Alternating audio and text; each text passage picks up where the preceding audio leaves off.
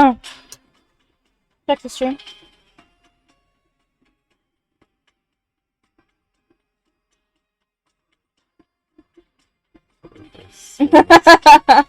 First stream was 2 hours, the second stream was 10 minutes. The heck? And the third? Oh. This is the third stream. Oh. So, that makes like... Huh? Huh? What? Oh. Yeah, this is the fourth stream. Well, Okay. Hey everyone, sorry again. I don't know what's happening with our house. I don't know. I don't understand why it's happening today. We didn't have any power problems before a while. Like, no, I don't know. Like for, I mean, we didn't have any power problems. I don't understand why we're browning out. Okay. So, yeah, we're back again. We're gonna try combining these together as a VOD, and put them on YouTube. If you don't, yeah. So let's continue on. Are there any other? Is there any other theory you'd provide us with? Oh, he said the stressed. Hey. oh, sorry.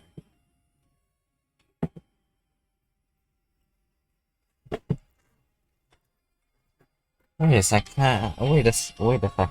I need to clear my thoughts. I missed something. Something big.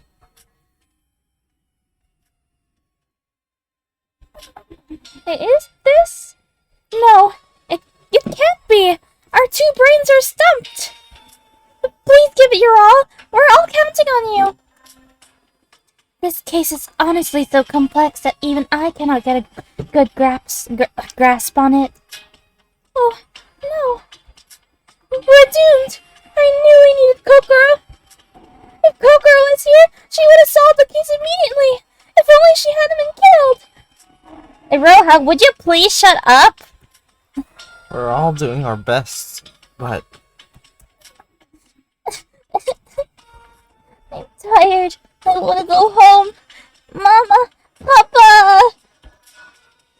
Please, would someone clog her mouth or something?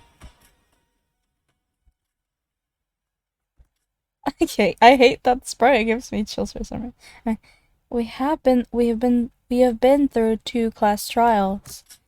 Of course they were difficult, and we were stumped a couple of times. But this is the first time that our reasoning came to a stop completely. The culprit of this case. Who is it? How did they kill Setsuka? We need Rei. She would solve the case. Oh, but then if even Shobai stumped.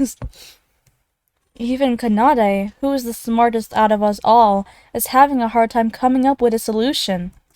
A person with no special brains or talent like me would never hope to help everyone in this case. But you've been here. You're like the lead. You're like the leader of in these trials. I know, right? I've got it. Kanade? So that was it. Everyone, I know the culprit now. Really? Woo! Kanade, I knew it. I believed in you. Hooray! I need to thank Shobai for this. Without him, I would have believed without a doubt that my sister was the culprit. Nor would I have realized that the gate records had been rigged and that my sister was used. So you admit to the fact that Hibiki was an accomplice? No, my sister wasn't an accomplice. She was just literally used by the real culprit. The poor thing. This case was performed by a single person. A meticulous one at that. So, who is it?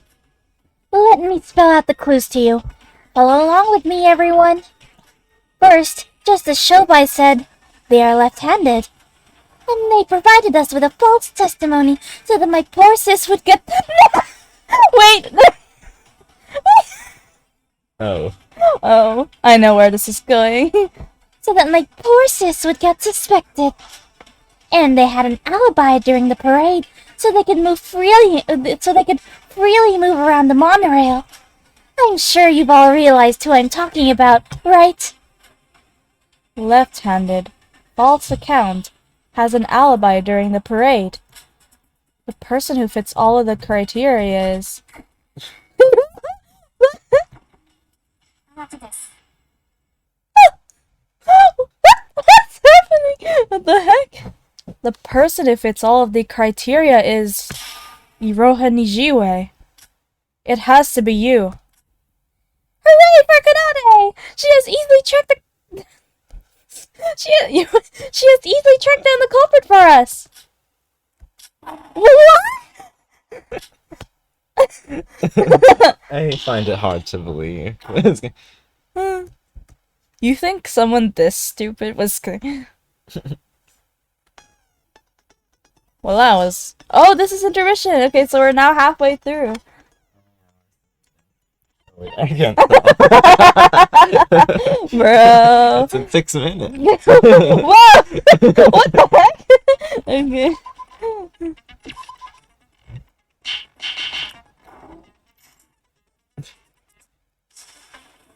The only person who matches the criteria that Kanade mentioned is you, Iroha. Wait! Why am I the culprit? Why, this all of a sudden? Why this all of a sudden? Then let me explain step by step. Sora, could you show me the pool gate records once more? Firstly, like Shobai said, Setsuka died in the pool in the morning specifically. Iroha called Setsuka to the pool in the morning. So Setsuka enters at 8:44 and Iroha enters at 8:45. Wait! I never entered the pool! Like, ever? Shut up, you murderer! You used my sister to murder Setsuka and then blame the whole murder on me? Now you're going to pay. But I never... So, then what? Then she killed Setsuka on the spot, and left the pool at 9:22 to set up the signpost, and she goes off to gather the tools needed to cut the body. So that wasn't Hibiki entering, but Iroha leaving? Yeah, Setsuka's handbook. Then Setsuka's ID, DJ6SX7, would show an output. She then returns to the pool at 9:54.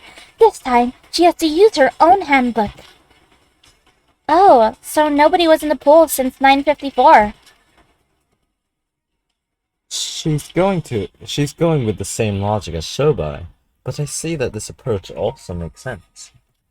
She finished preparing the body for 12:54, and after eliminating any traces left, she leaves the pool using Setsuka's handbook.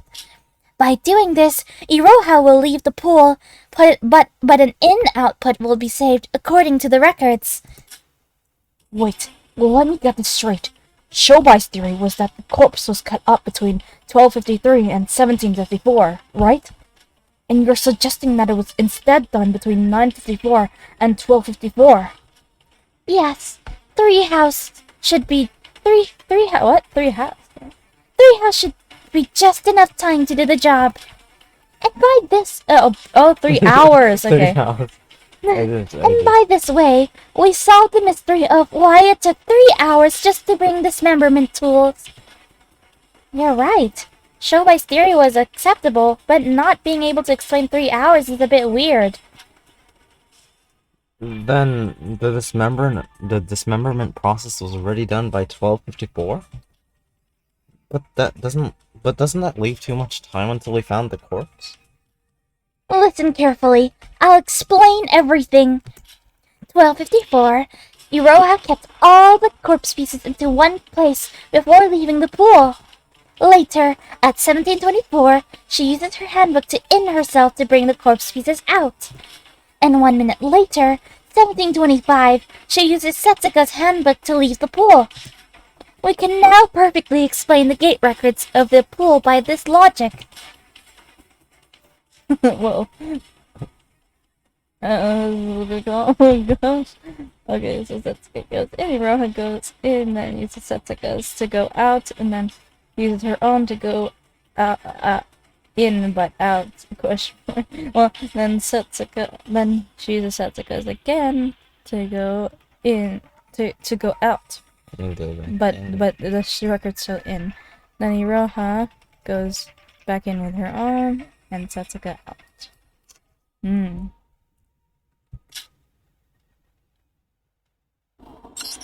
I see.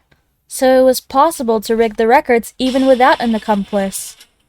I guess it would have been for the culprit to create no-out records to avoid any suspicion from the pool. But both mine and Shobai's theories, both mine and Shobai's theory has limitations in that regard. I guess there is a reason for the culprit to do so. Really? Did Iroha actually... Wait! I'm not really the culprit! I never heard any of this! Shut up! I'm not done with my theory! Now, the next part. Iroha, who has successfully finished her job at the pool, moves the corpse pieces to the Block C monorail station. Later, she herself runs to Block A. But isn't that the same as Shobai's theory? Oh my gosh, Emma. Wait just a bit on that. Now's the important part. After Iroha arrives at Block A, she needs to enter the ghost house at 1755. Here, it doesn't really matter that much whether she uses her handbook or Setsuka's, but it was probably better to use her own. I'll explain this a bit later. As I said before, she goes inside to cut the wires of the ghost house fuse box, and she uses Setsuka's handbook to leave. Wait, what the hell are you on about now? That's exactly what you said was impossible when I brought it up. Setsuka's hand is at the monorail station of Block C. How are you going to turn her handbook on? That's fair, yeah.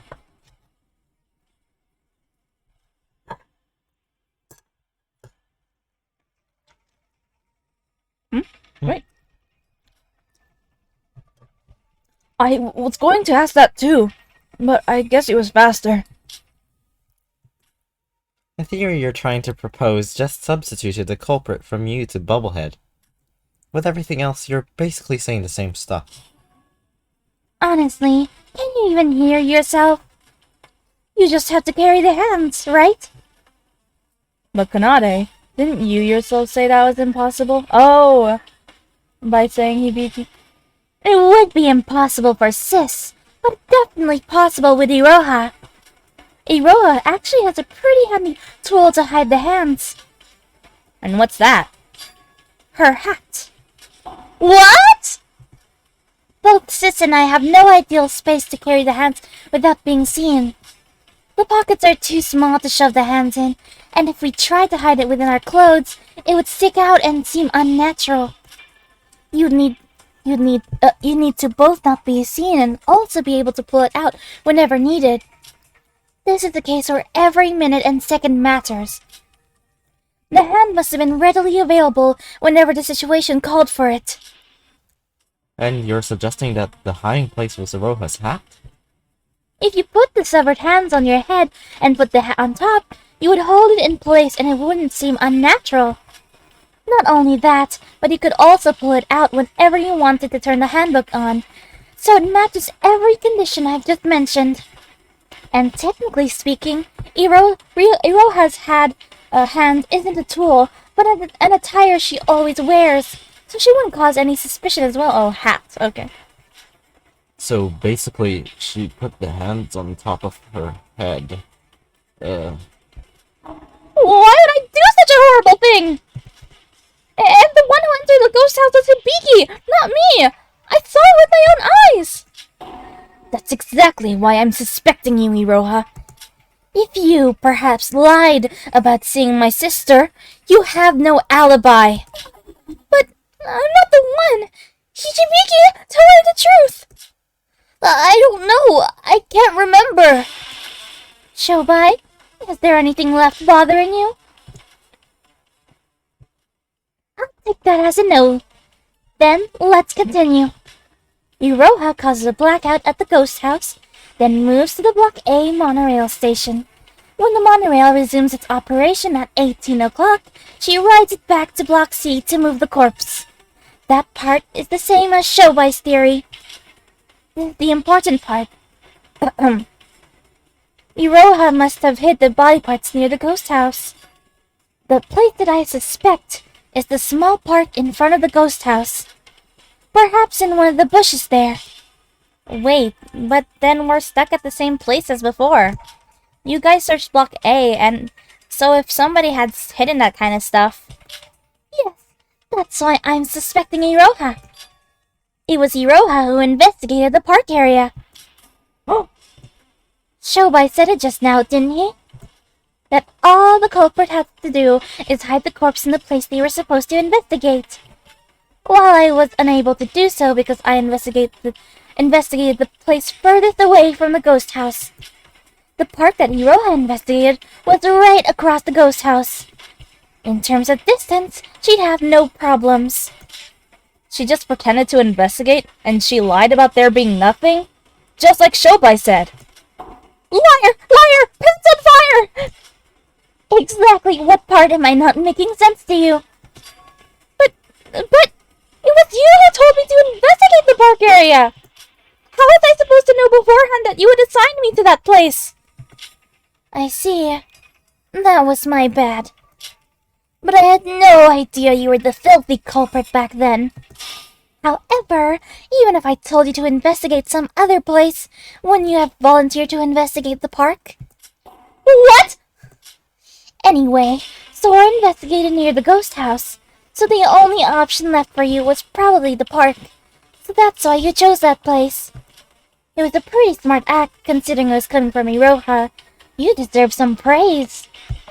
No! I said I'm not the culprit! After that, well, you all know the drill, right? She hid the corpse and came back to us, and pretended to join in our investigation, and carries the corpse from the park to the ghost house once Sora leaves this place. This was around 1942.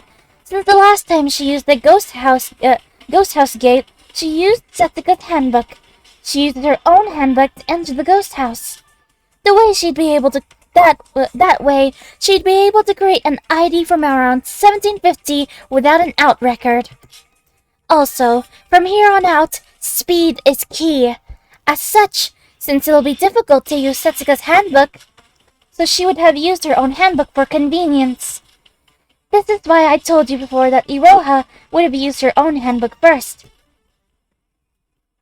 After entering, Iroha prepares the final step to her plan. She puts the body parts on the altar, uses the blood packs to create a bloody mess, then hides behind the sliding screen near the entrance. After the body announcement, she pretends like she just entered the place, and voila! From corpse moving, to false alibi, to false evidence, she did it all by herself. Iroha. No, I told you, I'm not the culprit! Yeah, if seeing Hibiki entering the ghost house was a lie... The hairpin! How can you explain the hairpin from the ghost house? You obviously just stole them beforehand. Sister was clearly not herself after the motive reveal yesterday night. Even a toddler would have been able to take it from her. What chance to steal that? You were the one who told us Hibiki refused to come out of her room this morning. That was still this morning. I have no idea where she was and what she did afterwards. I only met her again after we found the corpse. Or do you have any proof that you didn't meet my sis during that time? Well, that... I can't... I'm not trying to blame you or anything, but didn't you arrive late after the body announcement? The body was found in Block A, yet you arrived even later than Yoriko and Nikkei, who were in Block C. Why is that, I wonder? But that's because I was the only one who didn't receive Setsuka's message! You told me later that you received a weird message, right? Yoriko was heading towards the ghost house anyways because of that message! That is true, but based on our observations so far, that message was sent by the culprit as well, right? What? Sure. All messages from Setsuka today was sent by the culprit. That is all the more reason that the culprit needs to carry Setsuka's hands at all times.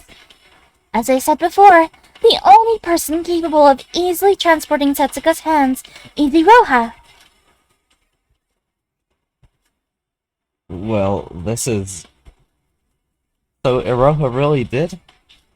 Shobai, I'd like to know your thoughts on this. Her theory itself has no contradictions. But the fact that the bubble-headed girl thought of a trick this high level, that itself can be considered a contradiction. Right. How could someone as stupid as me think of a murder this complicated? You're saying that about yourself? Well, she could have been acting all this time. A wolf in sheep's clothing, if you will. That's not true. I'm innocent. Please believe me. If you claim that you're not the culprit, then where's your rebuttal? This is literally the same situation that we put my sis in. Tell me, what is the difference between you going on about your innocence without any logic to back it up and sis bawling her eyes out? Oh my gosh. Illogical! Nonsense! You're asking to be executed! It seems Iroha backed into a corner. Is she really the culprit? Kanade and Shobai did most of the reasoning, and there doesn't seem like there are any contradictions. Then I guess they're right.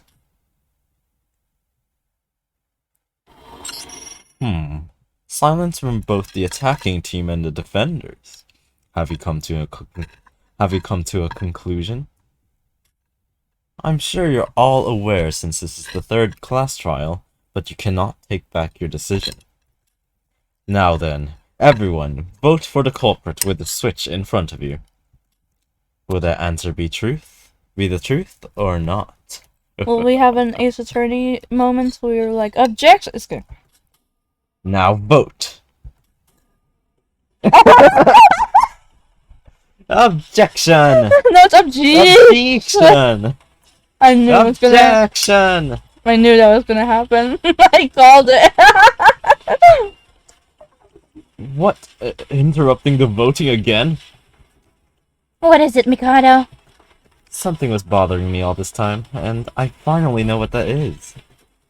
I'm not trying to side with Iroha, but I saw something back then. Saw what? According to Kanade's theory, Iroha should have dismembered the corpse between 9:54 and 12:54, correct? But I saw Iroha goofing around painting pictures near the harbor around 11. What? Oh, yeah! I was drawing pictures at the port at that time! Wait, why weren't you investigating? Well, I thought it would raise my spirits.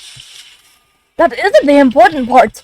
If Iroha was at the port at the time, around that time, then that means Kanade's theory is completely wrong. Mikado, I take back every bad thing I've said about you. Thank you for helping me. I most certainly didn't do it for you. Now that it's come to this, we're back to square one once again. My, what a troublesome situation. Why didn't you say this earlier? Wait, can we even believe this guy? What's wrong, bro? I mean, how can we tell if that's true or not? When it's Mikado of all people. We're just going back and forth. Mikado has always meddled with us, so this time, he might be trying to stop us from getting the answer right. Excuse me? Why would I lie if not getting the answer right also costs my life? How should I know? Maybe you're the one, maybe you're behind all this and did it to survive on your own. After all, you're the one who gave us those motive videos, right? Shinji's right. You're seriously saying that after all you've done so far? What makes you think you have the right to speak? Don't speak such nonsense. Iroha was definitely at the pool at that time. I'm sorry, but I also can't believe his words that easily.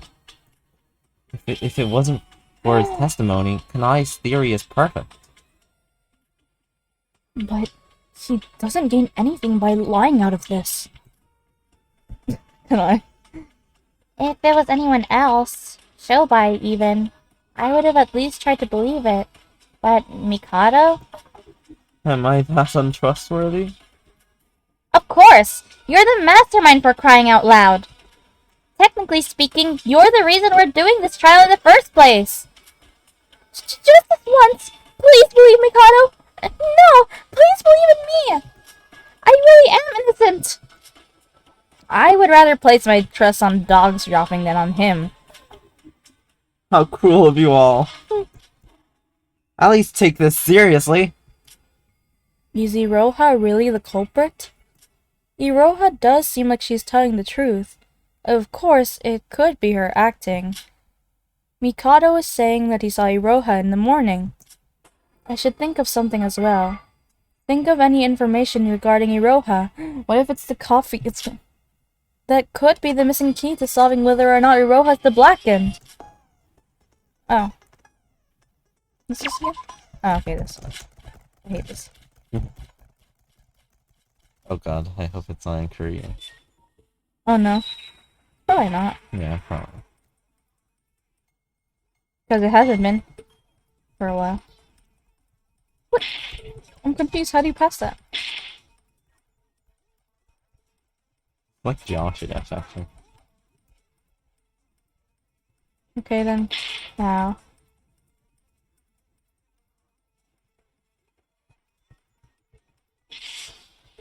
I'm confused. Can you do it? You're the better pro at it's Z. It's Z. That would have been disastrous. What the heck? So wonky. Wow. What? That's a lot. Also not to hit any red one. What's that? You I'm a hacker. You have to Oh, that's a lot! Don't hit the yellow one. Why are you hitting the yellow one? I'm not trying to. This is very wonky. But hey, I'm a hacker, so it's fine. Bruh. So why'd you die? Because I can hack my way through it. Oh god. Yeah, the yellow costs a lot. Wow. Ah. What the heck? What? How was I supposed to make it through that? By what the heck? Don't let go. I'm too used to Joshua. During breakfast.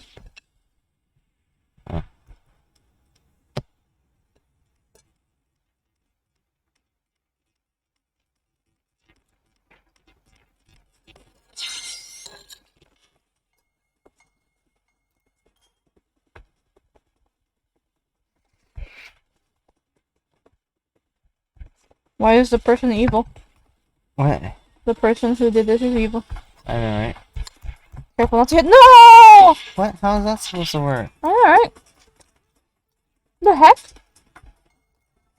That's a scam. I know, right? That's a scam. You don't even get any hints. Like, not even an arrow pointing towards there. Oh, there it Oh, yeah. There is an arrow. Stupid. Why is that even, like, what the heck? Okay, I guess I have to pay attention to the blocks or some reason. Instead of dodging them. How am I supposed to do this with this? You did it! It's the wave and the opposite now. Eat. Drunk caca.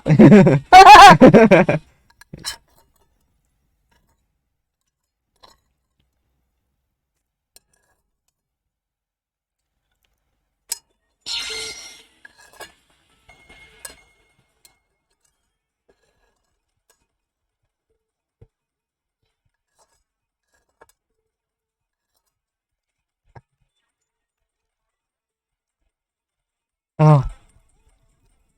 What the heck?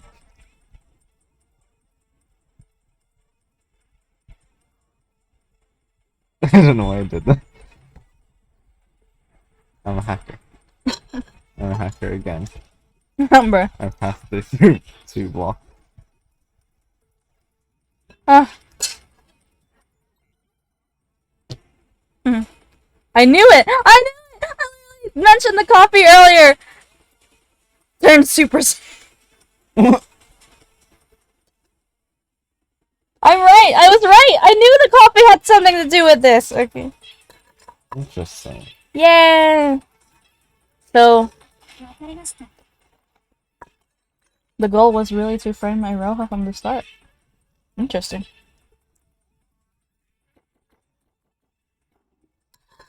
Wait. How do you say it? Duh. Space. Yeah. What else? Enter.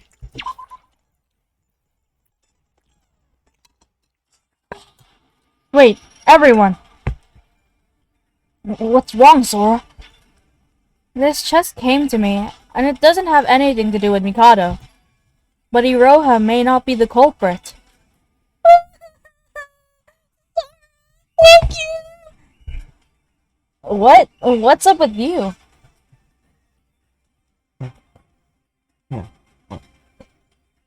I thought you did that. I thought you just covered her then. What? Oh. What's up with you? Actually, something very suspicious happened this morning. After breakfast, I was going to start my investigation when a sudden wave of irresistible sleep came over me. I told you about the reason I was late for the parade, remember? Oh, I do. Sorry. You suddenly felt sleepy, and when you woke up, it was evening, right? But it's not like you were awake all night, right? You slept through all afternoon, even when you drank coffee for breakfast. That's exactly it. I saw Iroha wasn't drinking her coffee during breakfast, and I thought it was a waste. And naturally, being a fan of coffee, I drank her coffee instead. What if she just like symbolizes? I was okay up until then, but after that, I felt incredibly sleepy, like as if I was drugged. It was an unnatural wave of sleep. You did? So what are you trying to say? Someone drugged the coffee with sleeping pills? Exactly. What? Now listen carefully. The coffee that I drank was meant for Iroha, right? What would have happened if Iroha instead drank the coffee? Well, Iroha would have slept till evening. Then that would mean that Iroha wouldn't have any alibi from morning till evening, right? Huh? Wait, so someone tried to use sleeping drugs to prevent Iroha from having an alibi? Sorry for interrupting this, but was there anything like sleeping drugs on this island? There are some at the pharmacy section in the mart. I always checked all the items there, but I didn't notice a difference in number.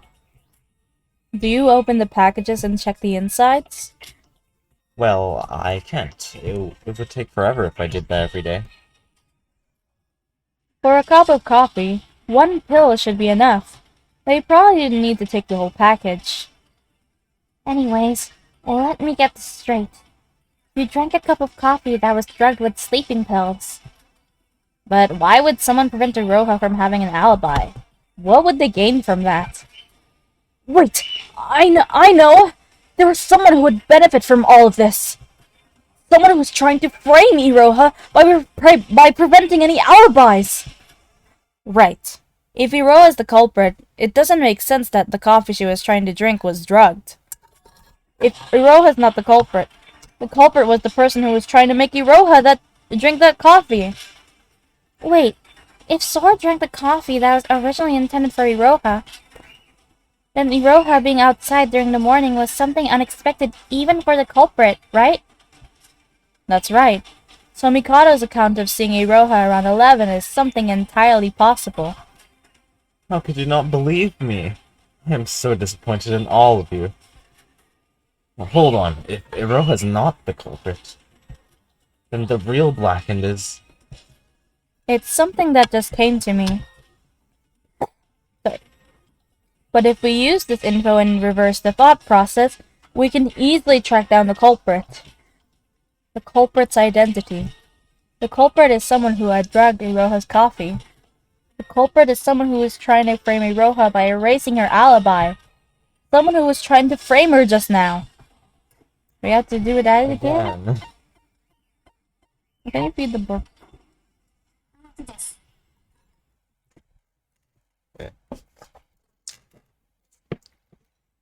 Culprit was someone who was pressing on Iroha just until now.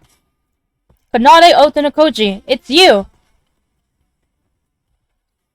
Wait, hold on. I thought Lil Sis explained to us how she couldn't be the culprit? I'm grateful that you proved my innocence, but Kanade being the culprit? But that being said, Kanade did act weird during breakfast. Usually, she would have chased after her sis right away when Hibiki left. But didn't she hesitate a bit?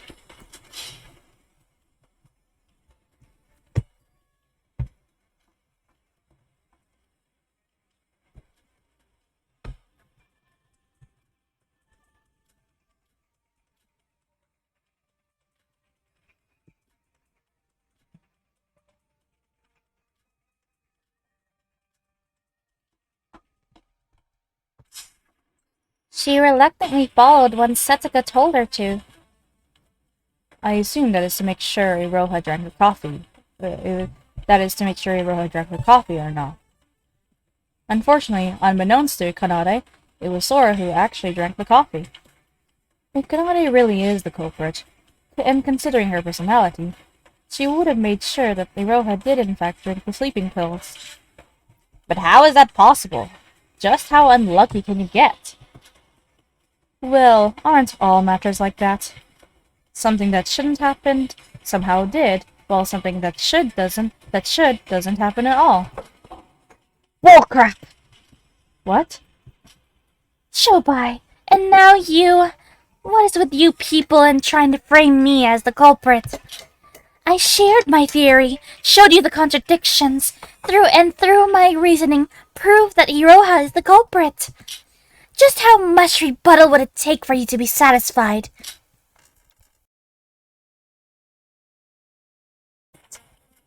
If Iroha had fallen asleep with that drug, she would have been confirmed as the culprit without doubt. Really?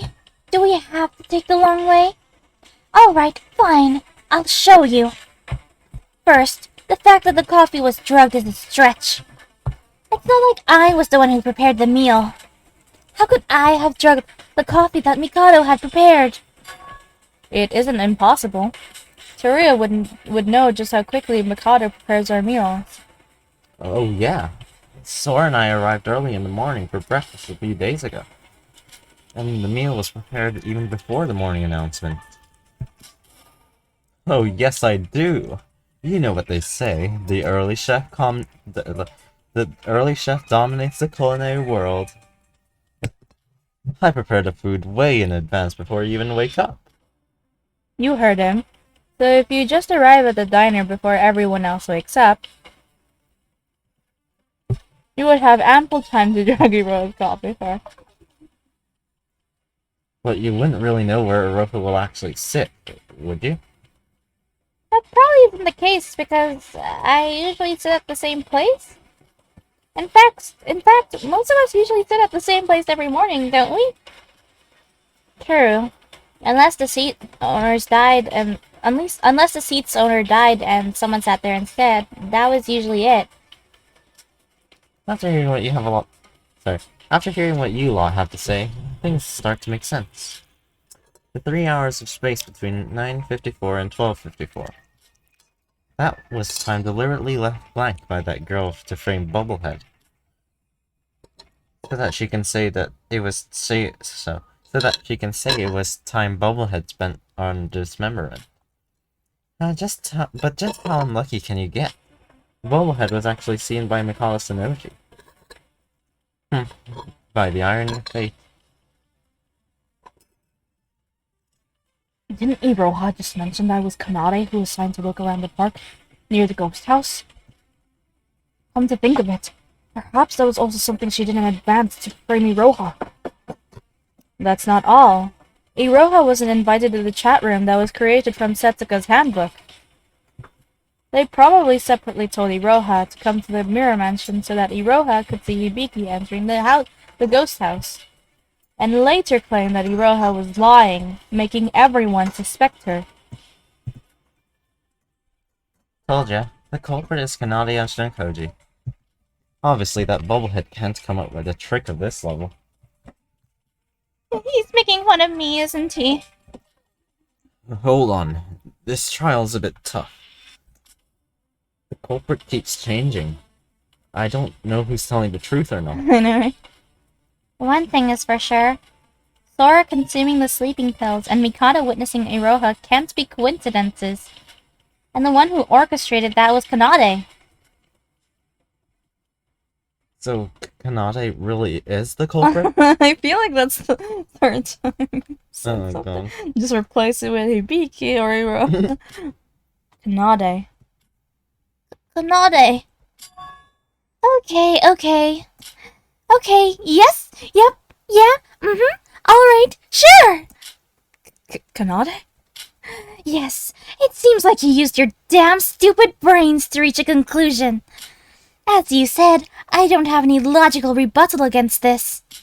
As all of this is just a presumption, I have no evidence against this, yes?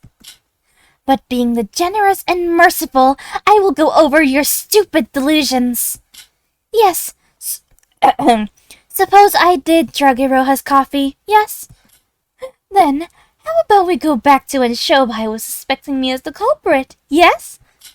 Yes, try to deduce things under the preposition that I am the culprit, yes? Just how did I murder Setsuka? Quite an unsolvable mystery, yes? Yes? Yes? Why isn't anyone answering? Yes? Yes? Come on, answer me. Yes? Yes? Yes? Oh, well... Oh, Jesus! I who cannot carry the hands! I who cannot hide the corpse near the ghost house! I who was with you all throughout the entire parade! Explain to me how the hell did I manage to kill Setsuka despite all these alibis and move the damn corpse? Anyone? Yes? Shobai, Sora, Yuki, anyone? Come on, let's hear it! My ears. I mean... That's how she gets... Uh-huh. Oh, that's a nice, right? Kanade,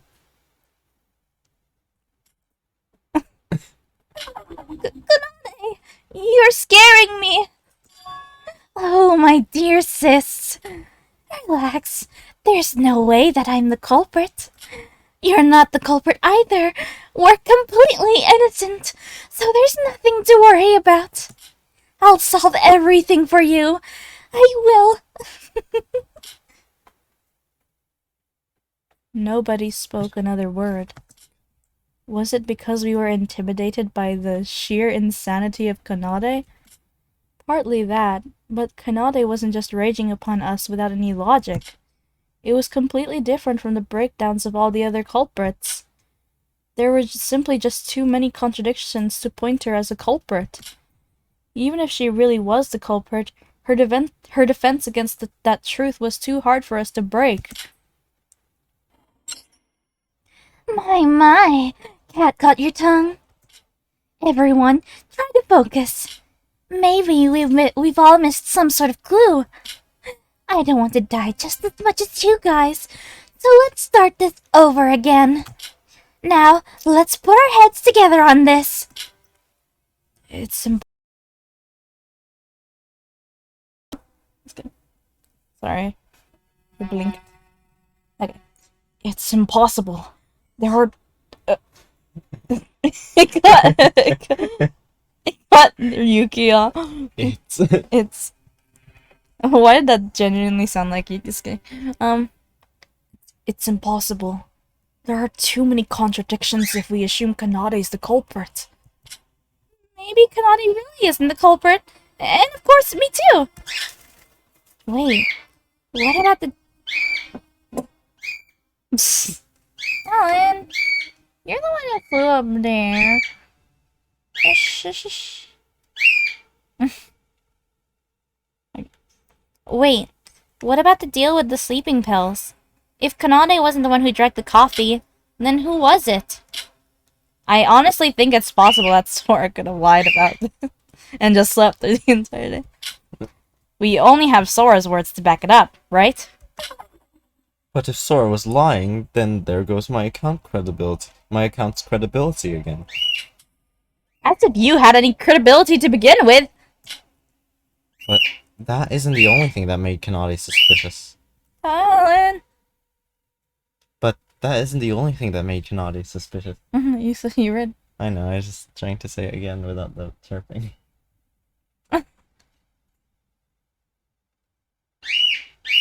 Bro. Can you?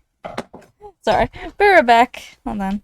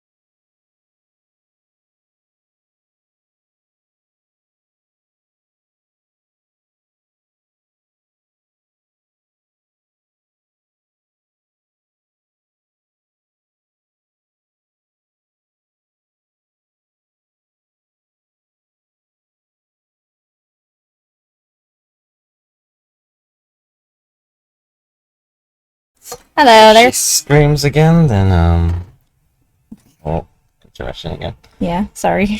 Alright. I'm not saying this the first time. Not to mention that Kanade didn't outright deny the fact about the sleeping pills.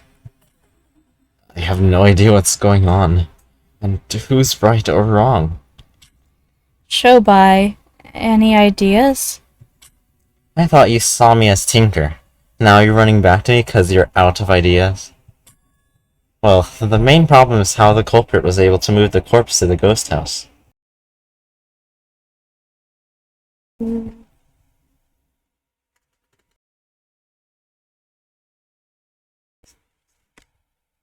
Sorry.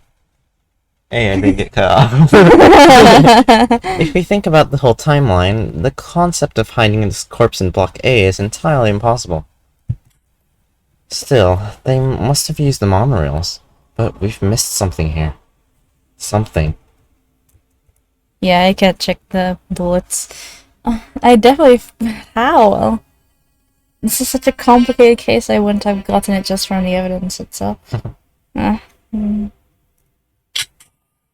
Oh! I got it! I know the culprit! What? It's Ricardo! Ricardo used magic to teleport the corpse inside the ghost house! He keeps talking about the slow rules preventing him from using magic, but who knows if that rule is actually fake? Roha, might I kindly ask, what the actual tinker? What the actual biscuit?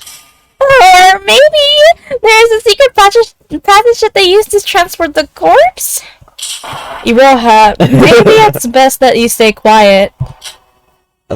Don't lose your focus, Roha. That's not a theory, that's just your delusion. But I can understand where she's coming from. There really is no logical way that this could have happened. Teleported inside. Secret passageway. The ghost house was shaped like... Shobai? I got it. There is a way. There is a way that Kanade Atanakoji can move the corpse. Really? What is it? The problem is solved if you can move the corpse. Okay, I got it! Okay, I got it. It's the Sachin! Oh, and there's one passageway in the ghost house that matches this condition. And we're... We went to the warehouse! Interesting. Oh my god! I was like literally racking up my brain because I knew there was evidence, a piece of evidence that we hadn't discussed about yet. And I've been thinking about that parade this entire time! Oh my god! A passageway in the ghost house that connects to the outside other than the gates? Yes, perhaps. There is that one thing inside the ghost house. If we could pinpoint that. What thing in the ghost house, huh? The fireplace question mark? The bag. Nope. That's the thingy. Oh. But there is other way. This fireplace. I also forgot about the fireplace. But the Sachin will definitely have to play at some point.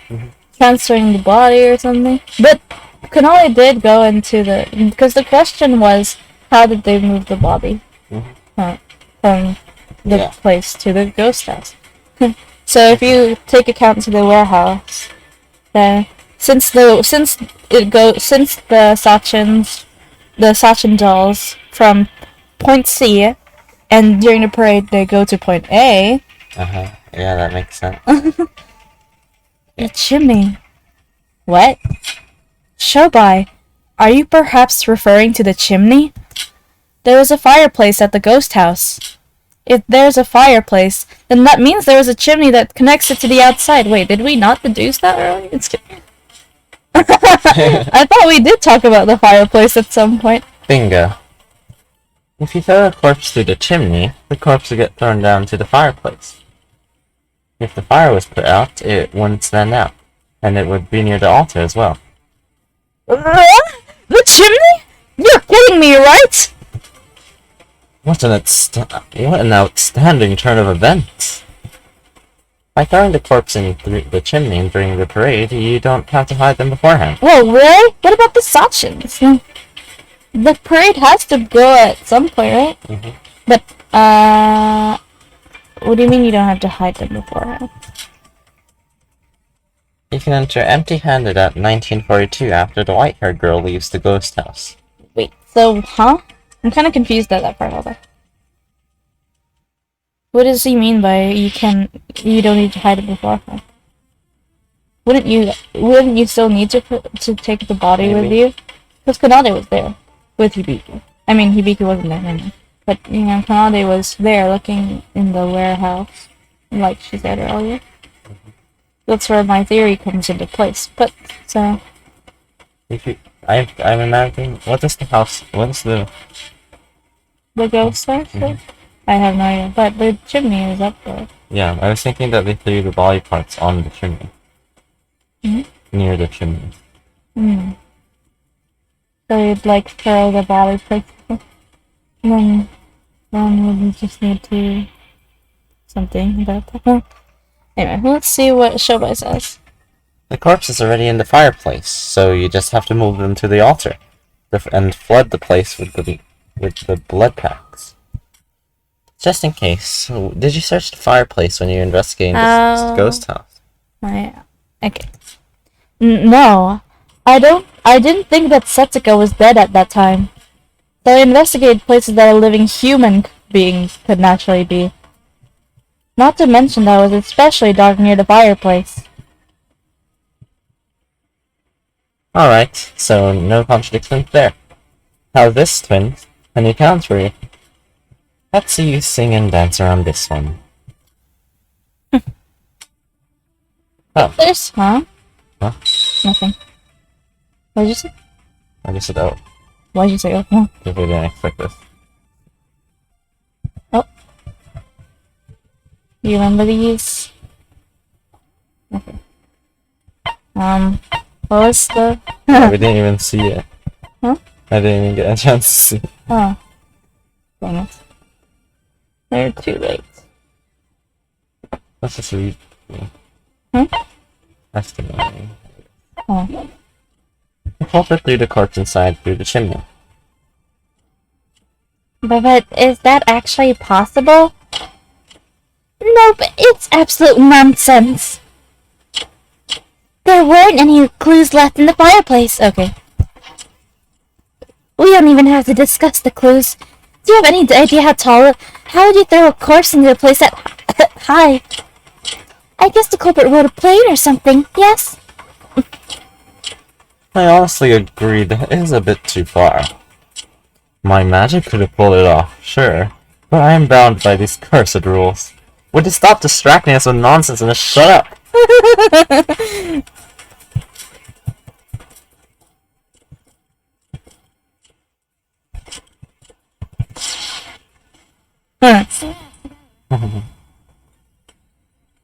Another, you fool. You fool. Nice.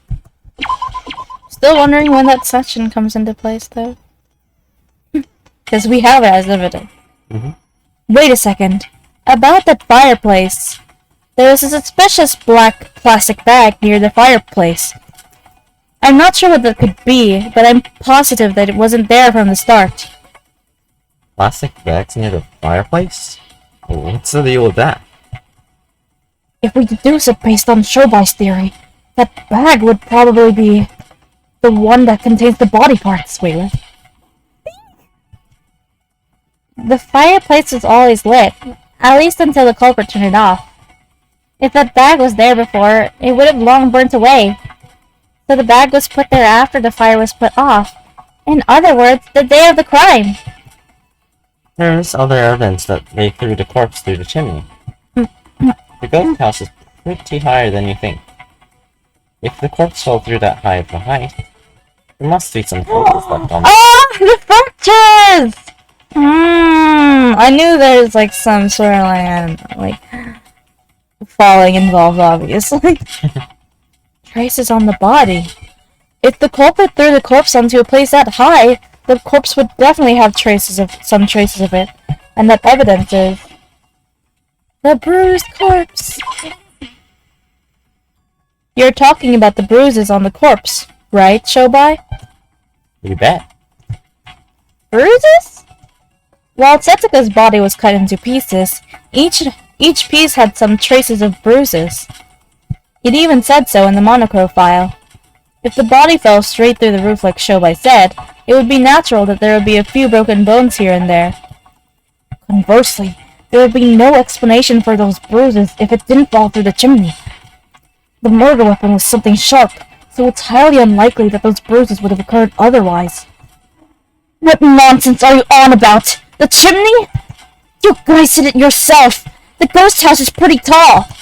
Considering the inclination of the building, it would be impossible to even climb up the damn thing!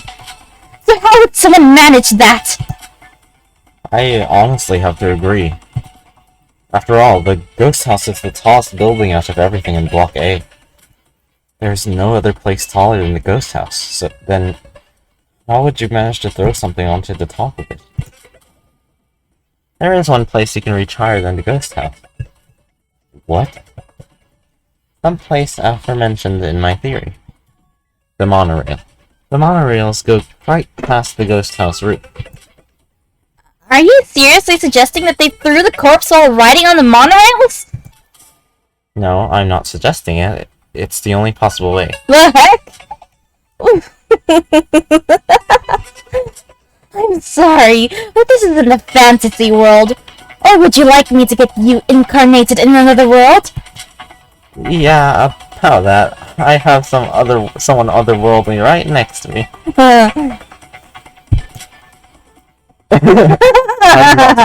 I'm not a fantasy creature. Treating me in such a way is a cruel, insensitive fact that ignores everything I've done so far. Not to be that guy here, but I think it's impossible too. The monorail is pretty slow, granted. But it is still a moving device. If they missed the shot, all would go to waste. Would they risk that kind of shot on a moving platform?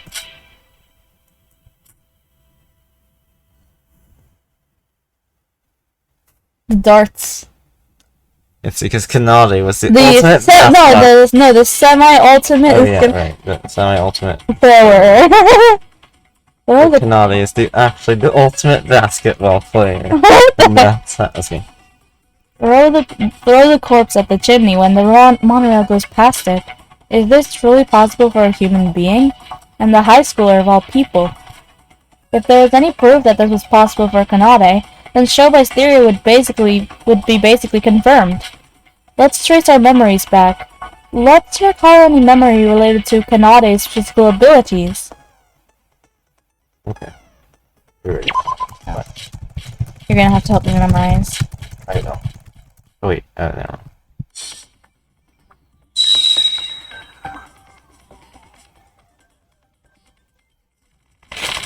Wait, what? Huh? What is this? Wait, what? Oh.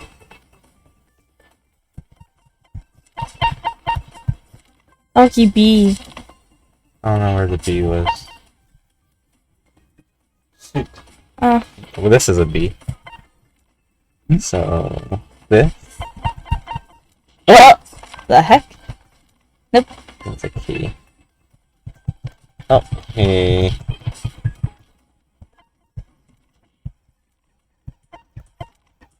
What the? What? What are you doing? I'm confused. I glitched know. everything. Okay, let's wait. Let's not lose any more stuff. Okay. I know where I memorized where the RK was. What's Rema? I memorized where the RK was, but I forgot now. Oh, remark.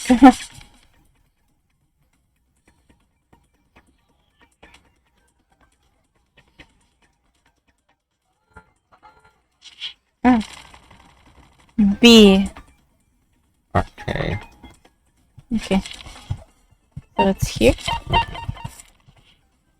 Wait, what? Wait, what? What? Did I press the wrong one? I didn't think so. What? You pressed the right one. What? Is it not Hibiki? Oh, is it just B? Hibiki. No.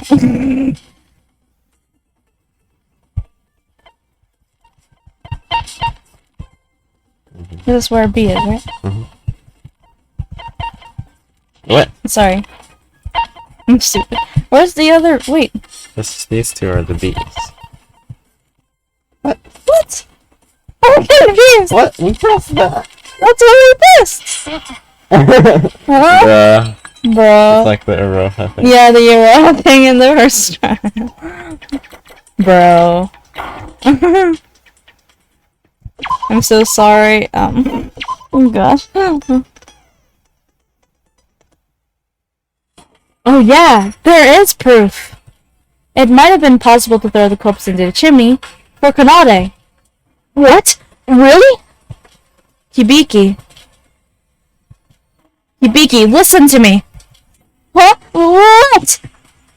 You told me on the first day on the third island at the casino, remember? That Kanade's accuracy is impeccable, and she always hits her target. That one time, she even scored a goal from the school rooftop onto the sports ground basketball rim.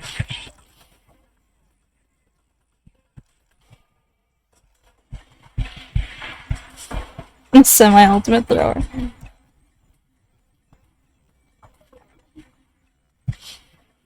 Is that even possible? Wait, if it is...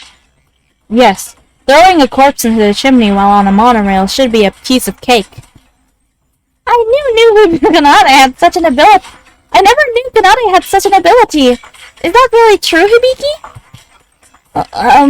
Well, it is true. Kanade has always... Shut up, Hibiki! Eek! He should have just kept quiet. What are you getting flustered for? Your reaction just gave credibility to what your sis said.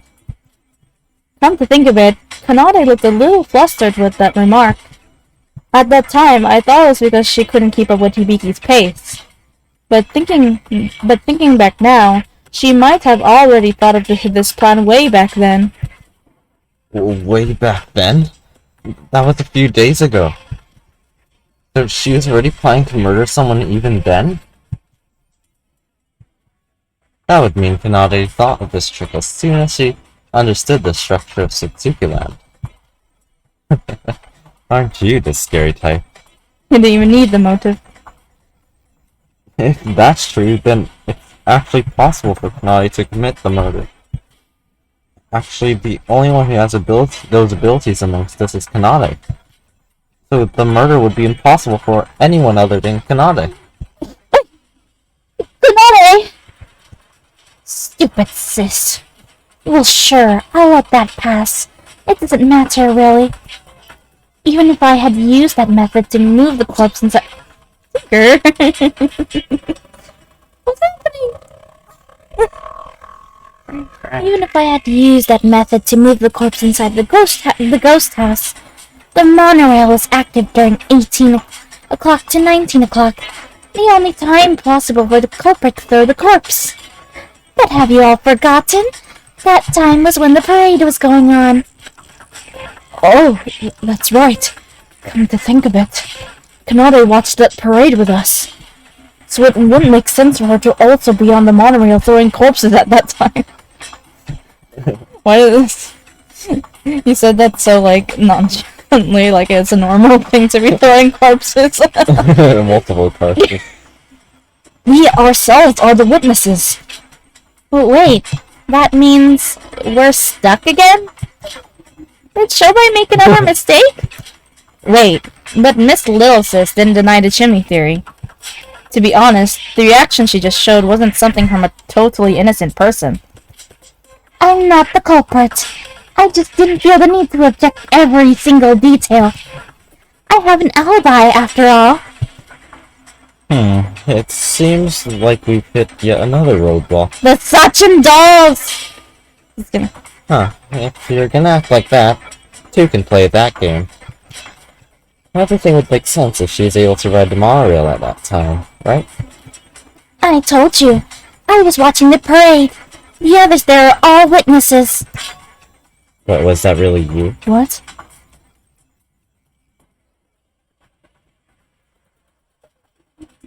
What do you mean?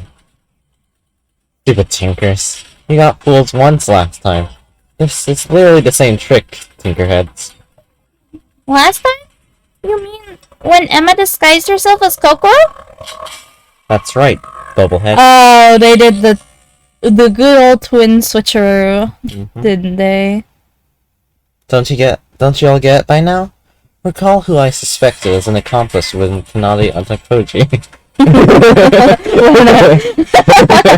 Why Kanade Atakoji? It can't be.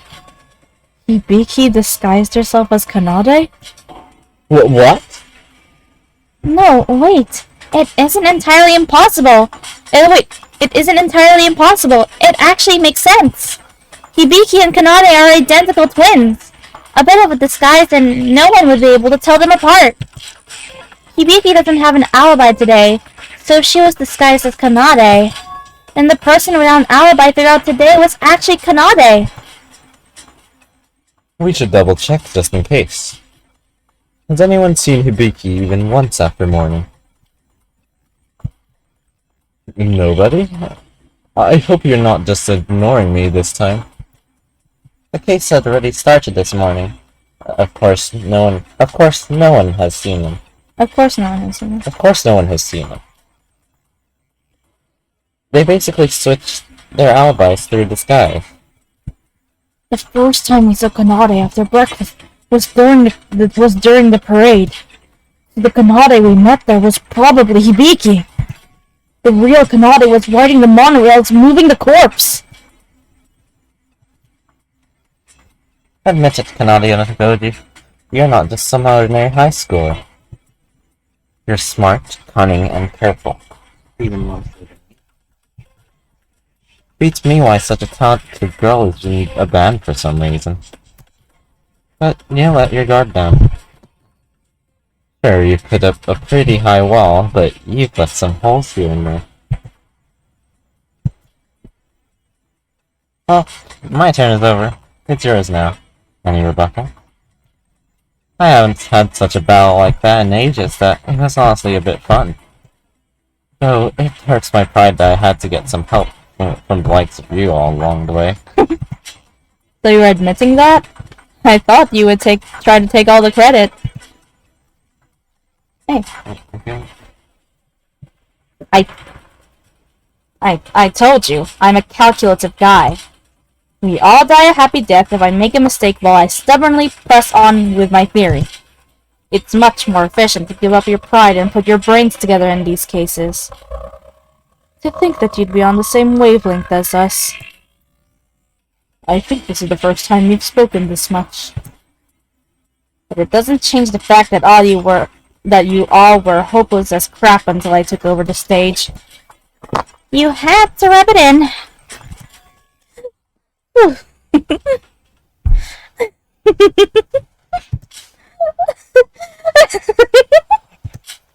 Kanade? So let me get this straight. The one watching the parade was actually Sith, and I was actually on the monorails, yes? And while the monorail went past the ghost house, I threw the corpse into the chimney. Congratulations, you've gotten everything wrong. Another rebuttal? Please, would you give me a break? You're definitely the culprit here. If you lack the brains to think, then don't talk at all. People like you are the reason the term trash journalism exists. What did you just... Finally, someone who knows how to put up a real fight. Come at me. Now, I'm going to start with the throwing corpse part and go through everything from there. Setsuka's dismembered body consisted of the head, the torso, each hands, arms, legs, and the feet. The 10 pieces altogether. Now here's a simple question. How many times does the monorail go past the ghost house during its 1-hour run? What? You're not seriously suggesting that I threw all 10 pieces at once in one go, are you? The monorail is quite slow, but it's still as fast as a speeding bike. To summarize, you can only throw one piece at a time each time you go past the ghost house. According to Shoubai's theory, the culprit starts off at Block C to ride the one heading to Block A, right?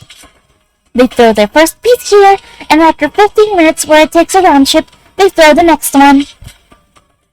They throw each piece at each round trips at the 30, 45, 60-minute mark. Wait, who would have guessed it? A precious hour has already passed with 4 round trips. And the monorail isn't active for the next hour. What are we to do with the remaining 6 pieces? How are we to explain this? Well... She definitely makes a point. The idea of throwing a corpse into the chimney was remarkable, but the number of throws needed us far too much. We have a much bigger problem at hand, really. Throwing the corpse inside the chimney is actually impossible for a different reason. Sure, the legs, arms, hands, and feet are small enough to fit inside the passageway. And the head? Well, she did have a relatively small head, so let's let that pass. But what about the torso? Do you really think that her torso would be able to fit inside that small of a chimney? Is it not possible? Her torso was missing an abdomen, right? Then wouldn't it have fit without it? You can break the joints to fit any other piece of the body, but you can't do so with the... but you can't do so with the torso. Not to mention that her chest area was particularly larger than anyone else. That part would surely get stuck halfway through. So you're gonna play that card, eh? And you can just move the torso separately. You know, through the gates as normal. But how? The reason we're talking about this damn chimney theory is because passing through the gates is practically impossible, remember? If you want to prove this theory, you need to be able to move each and every body part through the chimney. With whatever reasoning we throw at Kanade, she vigorously defends back. If we can't penetrate through this defense, we won't be able to accuse her as the culprit. As Shobai admitted, he can't win against Kanade alone. Let's think through this together. Gosh, Kanade. Such formidable opponent.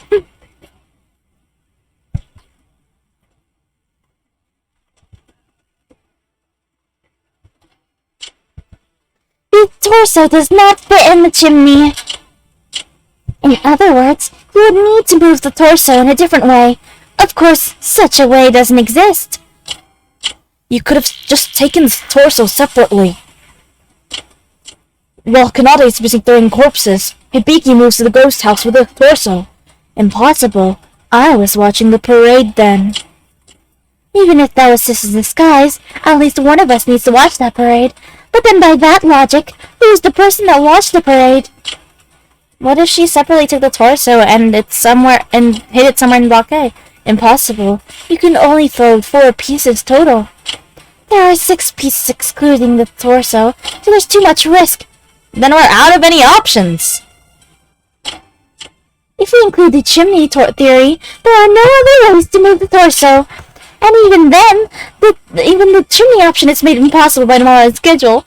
In conclusion, I am not the culprit. Here's where the suction dolls come in. Owie.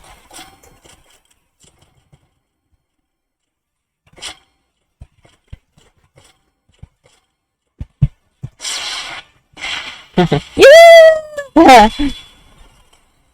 I'm so smart. Alright.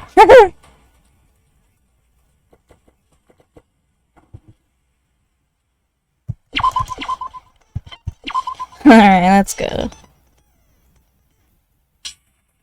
No, Kanade. There is a way to move the torso without throwing it into the chimney. Moreover, by doing this, you could also move the torso from Block C to A without getting caught. Does such a way really exist? Impossible. There is no such a way. Well, there is. It's by using the parade dolls. Parade dolls? This was just a spark of an idea, but the dolls move on their own, and they're empty inside. So if you put the torso inside the dolls of the storehouse at Block C before the parade, the torso will automatically get sent with the parade without gathering suspicion. Heh, I'm impressed, Whitey. That's what I was going to say.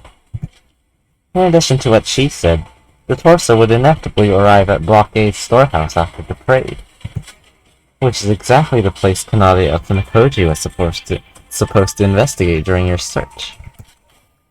Oh, so she had a way of retrieving it back. Then the torso was hiding inside the storehouse. And in the 6-minute gap between 1936 when Sora left and 1942, she went inside the ghost house during this time to retrieve the torso. Yeah. In addition to that, Hibiki of Funakoji was probably hiding in the storehouse as well. When the White Hair Gang started to search Block A, that girl headed straight to the storehouse. and switch places with the real Claudius Nakoji. After that, the little tinker confirms that Albino left the ghost house and signals this to her sis during using the handbook. And the little tinker, who is standing with the torso in the storehouse, heads straight to the ghost house. Oh, littler crap is Hibiki. Oh. Interesting. Meanwhile, the littler tinker returns to the white-haired guy. Oh wait, never mind. Maybe it is. You know. Never mind, it is switched. Okay. We previously thought that 6 minutes would be too short of a time to move the corpse between the storehouse and the ghost house. However, that was because we considered moving all the body pieces. If it was just the torso, it would have definitely been possible. Amazing, Sora! And so what? As previously mentioned, the monorail only passes through the ghost house 4 times in the span of an hour. We have 5 more body pieces to take care of, even excluding the torso. How are we to move this? This hurts you. Well... Yeah, about your crap with the monorails. About the monorails. You mean 7 times, not 4, you lying little... Wait, what? You little lying tinker. What? How come? It takes 15 minutes for a round trip, and the monorail becomes inactive after 1 hour. There are 2 different kinds of the monorail, one for each direction. To go past the ghost house, you need to take the track between block A and C. The 5 minutes interval. Oh my god. Simply said, if you transfer between the 2 monorails to ride only a track between block A and C, there is no need for a full round trip. What? Huh? Wait. How did the order and the direction of the monorails go again? Hold on a sec. I had it written down just in case. Here it is. At every other hour, the monorail starts at block and goes along the path of BAC. And 5 minutes later, another monorail takes its departure towards the other direction. Hold on. So if we draw out the timetable... Quit wasting time. Here, give me that. I'll draw it for you. Hey! We wanted to do this. Yeah. Wow. Now, do you get what I mean? Okay. Well, yeah, the reverse train. The focal point here is starting from 18 o'clock. The culprit was standing with the corpse at the Block C station. Shobai has neat handwriting. The heck? I didn't even press the... What the heck?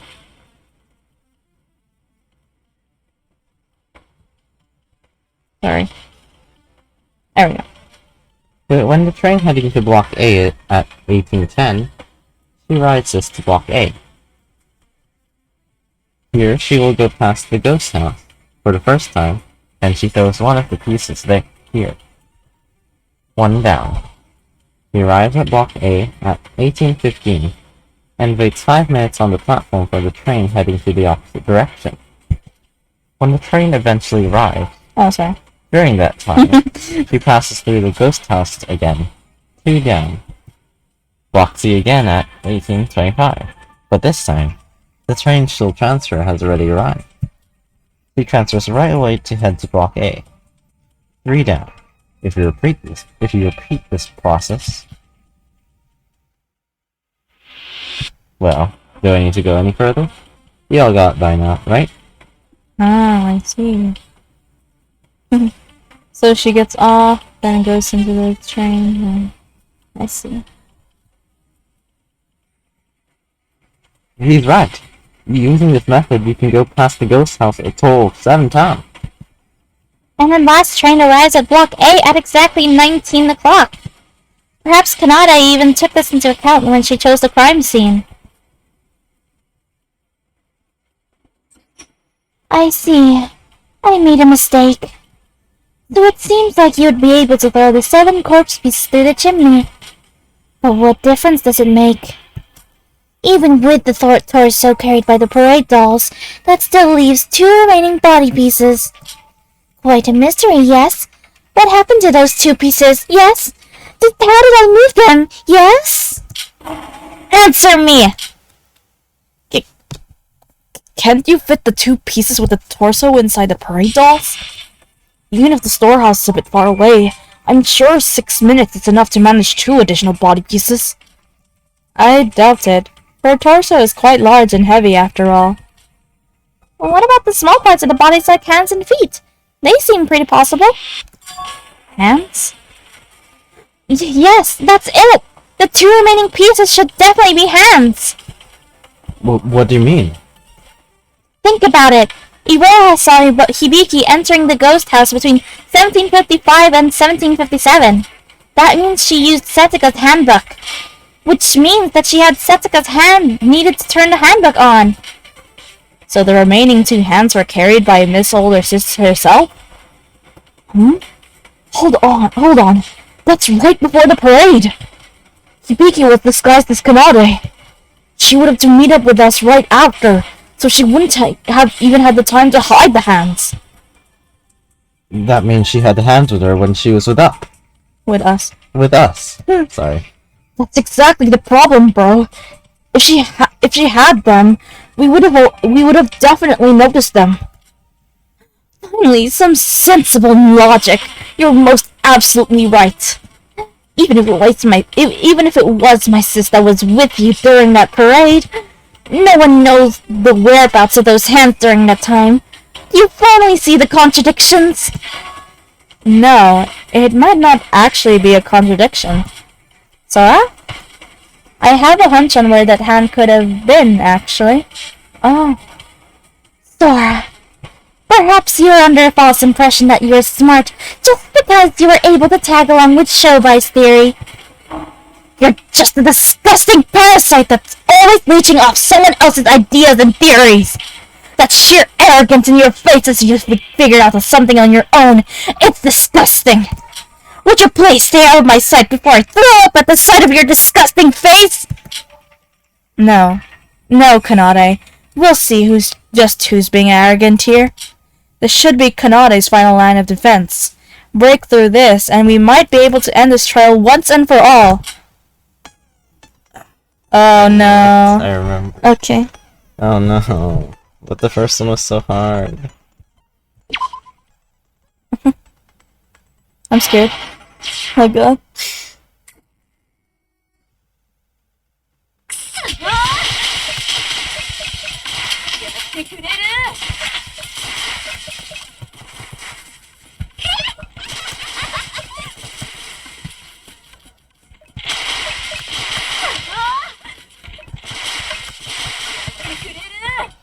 Everything is...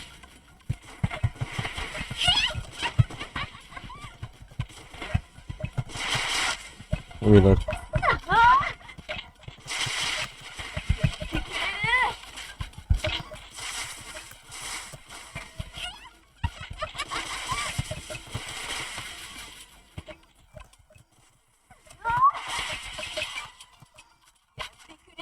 Okay.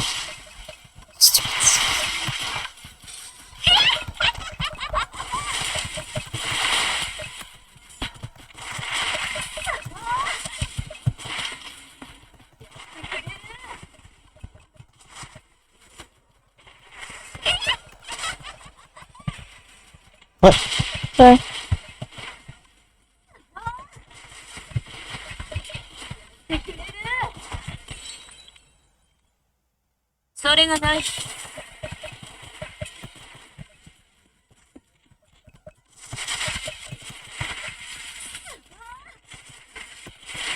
Oops. Where are the colors here?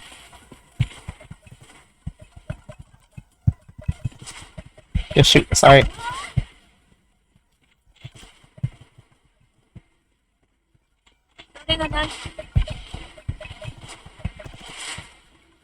Nice.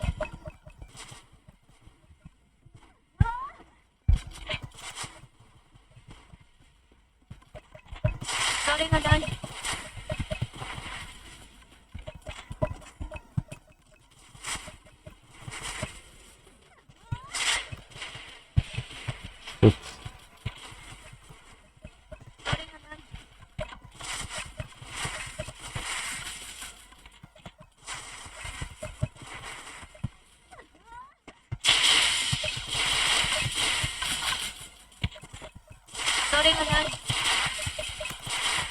Okay. Oops. I thought it was so green. Oh shit. Oh, sorry.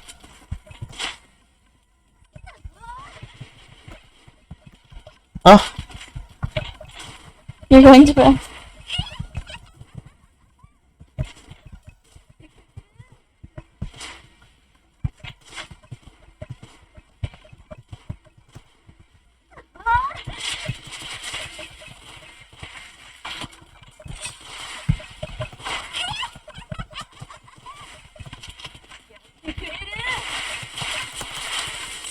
Oh.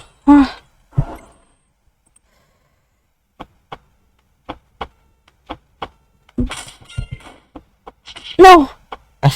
Why is it so slow?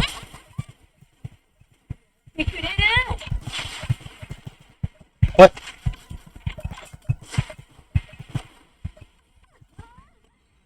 Okay, sorry. I Okay, just what typed is it too it? fast.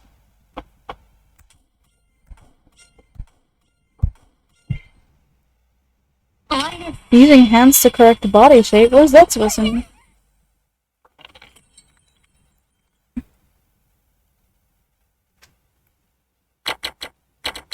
Hmm? Using hands to correct body shape? My brain. Just continue. Okay. Okay, at least we went through that.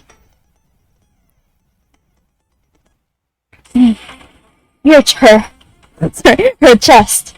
She must have hidden Setsuka's hands inside her clothes. Or should I say, on her chest. Her chest? Oh! What the actual heck? What the heck? Oh my god, no way. Even if Hibiki looks identical to Kanade, they're not completely the same. Particularly, their body shape is different. Why was that so much easier? I know, right? But probably because Hibiki was breaking down. Kanade's like, you know. The Kanade we saw at the parade was identical to Kanade to the point where it's almost unbelievable that it was actually Hibiki. Then we can assume that she probably used some object to correct her body shape. And you're saying that the objects used were Setsuka's hands? Yes. Considering the black plastic bags near the fireplace, they probably used those to carry the corpse pieces. If you wrap the hands with multiple plastic bags and hold it inside your clothes, you could not only carry the hands without suspicion, while also correcting your body shape. You could even make a small hole in the bag so that the fingerprints would be exposed, so you can open the handbook just by putting it inside your clothes. Using this method, you could even freely use Setsuka's handbook to manipulate the ghost house gate records. I see. If she didn't use the hands to correct her size, there must have been evidence of some other object being used, which there wasn't. But how in the world did you come up with that idea? What Kanade said a while ago gave me an inspiration. She said that if you put it in your clothes, it would stick out and cause suspicion, right? But if it was Hibiki using it to disguise into Kanade, it would seem natural. In fact, she actually needed the hands to stick out for the disguise to work. Sora, I must say I'm impressed. But do you have any evidence that my sis had those bloody damn hands on her breasts? If you just simply wrap it in plastic bags, people would soon notice it if you moved just a little. Evidence that Hibiki used the hands on her breasts. I didn't notice them during the investigation, but that item was probably used here. Oh, you mean the... Oh, here. The pins. I do have proof, Kanade. There were pins found near the ghost house, presumably used to fix something in place. Oh? I wondered about its existence during the investigation, but now I know exactly why it was there. Those pins were used to hold the hands and the clothes tight by pinning them together. And she threw them away just like that? Girl, are you a genius or an idiot? Make up your mind! That was probably because the older sis needed to quickly undisguise herself before entering the ghost house. Undisguised? I thought Hibiki disguised herself when she was leaving the pool. If the disguise itself was used to carry the hands, why would she suddenly undisguise herself in front of the ghost house? Moron. We have Bubblehead to thank for that. Recall who she saw was entering the ghost house.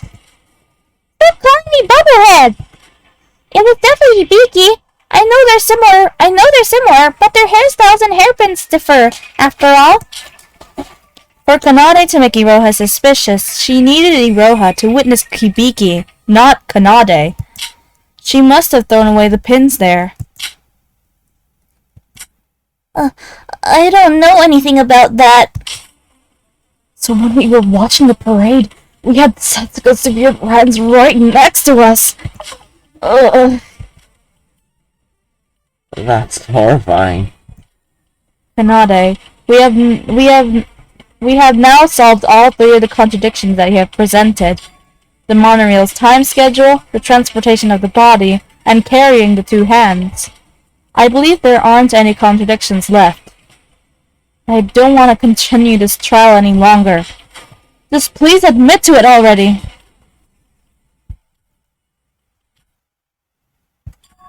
Stupid sis. She ruined it all. Giving out a conclusive testimony, throwing away the pins. I could almost laugh at her stupidity. All right. Yes, I am the culprit. So it really was Kanade! So you finally admit to it. If it was just me, it would have been a perfect crime. But trying to use Sis as an accomplice ended up getting me caught.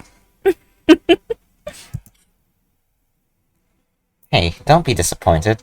Have some confidence. You're amazing. Aren't many people that have smarter brains than you, even in my world. I can guarantee you at least that.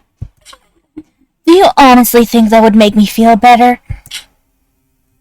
That aside, I have something to ask of Kanade. But from the looks of Hibiki in this trial, her memory loss is genuine, right? If Sis didn't have that trait, I wouldn't have even tried to use her as an accomplice. Even without any memory, she's this stupid. You would have to be an even bigger idiot than her to use my moron of a Sis as an accomplice while she was herself. But then... Never mind. Never mind. You've already admitted to your crimes after all. It hurts me to say this, but I think this is the first time that my crime has ever been exposed. What's that supposed to mean? Whatever. What does all that matter now? Let's end this now with our votes.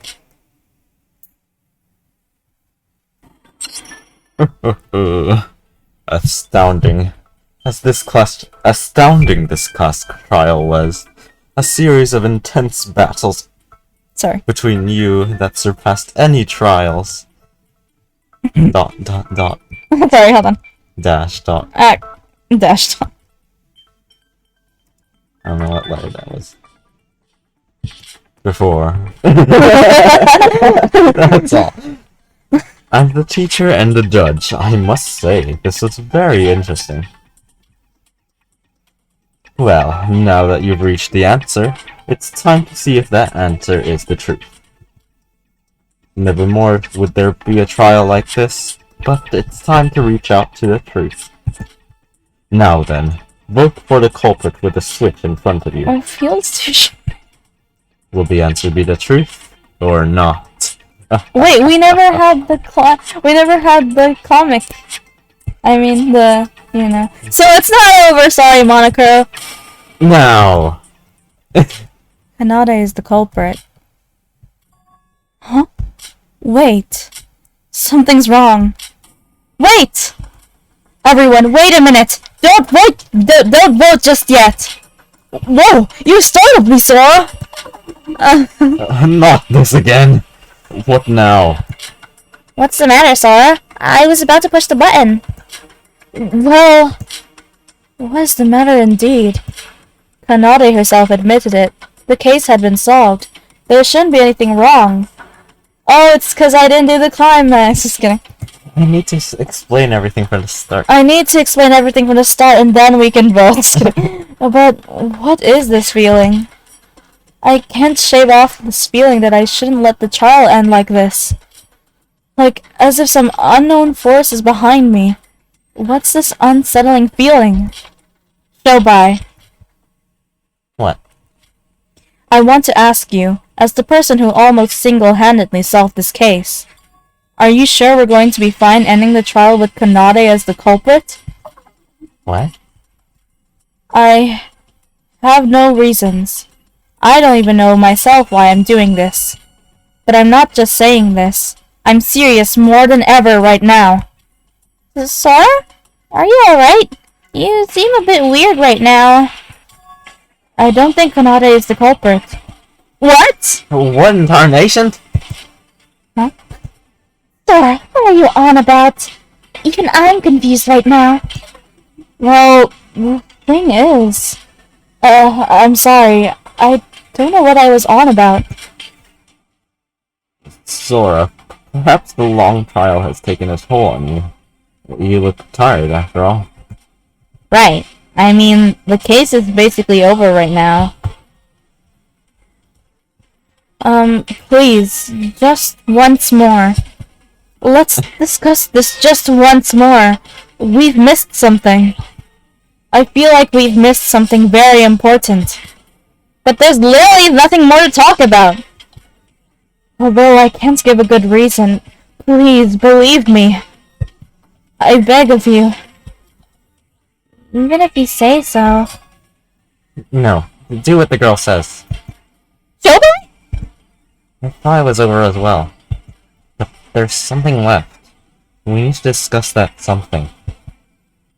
I mean, for me, you're basically extending my life a bit, so I don't mind. But as the culprit, I don't know what there's left to do. Sosi, is Kanade not the culprit? I don't know, but I know I shouldn't let the trial end this way. Then, I'm gonna trust Sosi. Honestly, I cannot grasp the reality of this situation. I don't have any memory of today, Kanade killing Suka, and I hope that I don't want to believe any of that. So even if I'm terrified, I'm gonna trust Kanade once more. Kanade! Kanade is my sister after all! What? Seriously? What's going on with this trial? Sora, you know what? I don't know what's going on, but I'm on Sora's side. Me too. I'm going to trust Sora. A little more discussion isn't going to hurt anyone, after all. I'm telling you, it's a waste of time! I honestly can't understand the logic behind all this. I want to see this. I don't know what I have done, nor do I know if it was the right thing to do. It was as if some force other than my own conscience was controlling my actions. I might be troubling everyone with a random thought that had no basis. But still, I cannot go against this force. All that's left for me is to follow it. Oh. What? I want to see this. Because, of course, it's my favorite part of V3. Wait, what? What? Why is there scum debate? Everyone's split. I don't know. I mean, we did this last trial and the other trial. Yeah, but I missed it because I wasn't there. Oh, okay. I didn't know everyone was split. Whoops, anyway. I noticed immediately.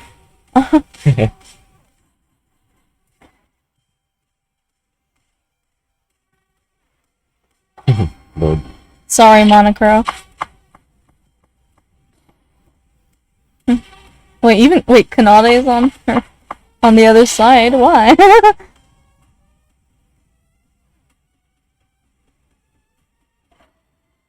It's a Kanade on Kanade. The Kanade is why is he on the other side? She just said she wouldn't mind. I'm the culprit. What more? Should you discuss when I admitted it? Kanade's not the culprit. We must have made a mistake somewhere. We saw every trick. Can't we just let this end? There must be some unsolved tricks left. I believe in Sora. There's nothing left to discuss about. What is wrong with you guys? We don't know for sure until we actually discuss the matter. It's not like we have any other theories. This is just a waste of time. Thor isn't trying to suggest new theories, she's just trying to discuss more about the case. Are you suggesting the involvement of a third party? We'd be back to square one. Sorry, I forgot the then. Third party, my tinker. Quit your bull tinker. I wish I had them. Are you saying that Why, there's so you no can suspect that actually even swear? I, the culprit, wasn't aware of? Yes. There are no other suspects. However, we cannot end the trial like this. Trust me. Yay, okay.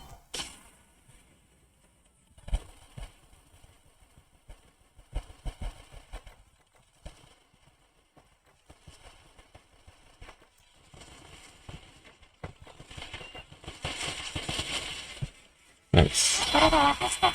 What the heck? Why did that sound demonic?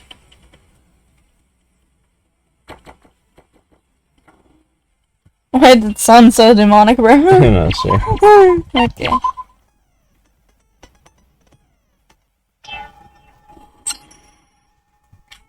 So, what are we gonna do about this? We should listen to what Sora has to say. You know she's not the type to do this without any reason. About that, I don't know the reason myself. But we should talk about this more. Then maybe we'll get rid of this unnerving feeling. But the culprit has already been exposed. Is there anything left to talk about? Oh, why don't we have a small chat? Like the friends we are. We can already do that outside chat. You know why I agreed to that girl? I also felt that something was off. Thought I didn't notice it until she mentioned it. We've definitely solved all the tricks. The culprit is Kanade Yatonakoji. But is that truly all there is to it? It feels like there should be more to this. That kind of feeling. Yeah, that's exactly what I felt. Not just because there was no climax, but it just It just felt like there's, I don't know. Huh? What swear words do you say? Hmm? All of them? No, I don't say the F word. I say the A. Or bull crap. Something. Exactly. Exactly, Shobai. I felt that too. Like we've missed one last thing. Yeah, I've been having this like anxiety. I'm like, would you stop sharing that just between yourselves and let us in? Sora said she didn't know why she felt like that. But, Shobai, do you know the reason why? There are two things that I felt suspicious about.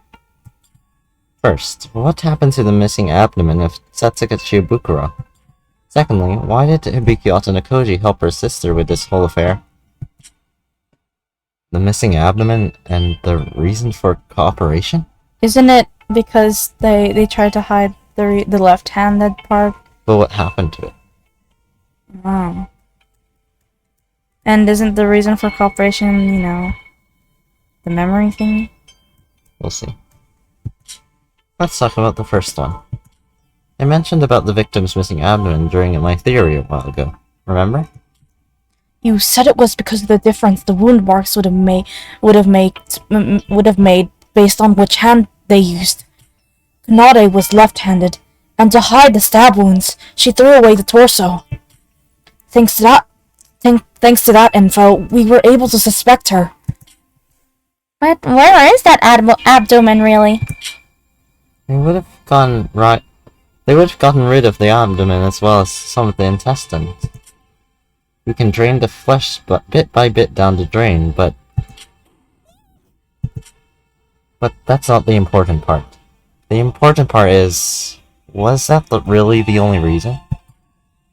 Since you've oh so kindly admitted your crime, I want to ask you, did you really get rid of it just for that?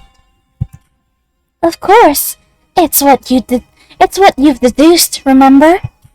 From my inspection, the only lefties here was Iroha and me. If I didn't take care of it, it would have come back later to bite me. I did try to abuse this to frame Iroha, but that plan also failed. How could you? Really? Huh? I'm not the type to brag, but I've got an eye for talent. You, a person with that big of a brain, of all people, wouldn't have done things this sloppily. You say that, but in the end, Kanade did choose this method, right? She herself admitted it. If this was done by spur of the moment, she might have taken this route. But from drugging Bubblehead to rigging the gate records, she definitely planned this way ahead of time. A double-layered trap of framing her own sister as the culprit, and as a plan B, framing Bubblehead. And even after she was busted, she calmly pointed out contradictions to the theory of her being the culprit.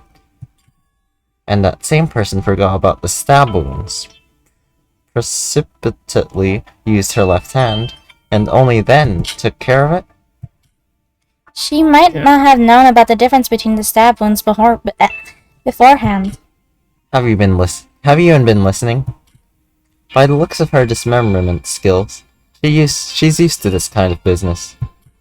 I can guarantee that there was no way that a person at that level didn't know about the stab wounds. But she's the ultimate guitarist.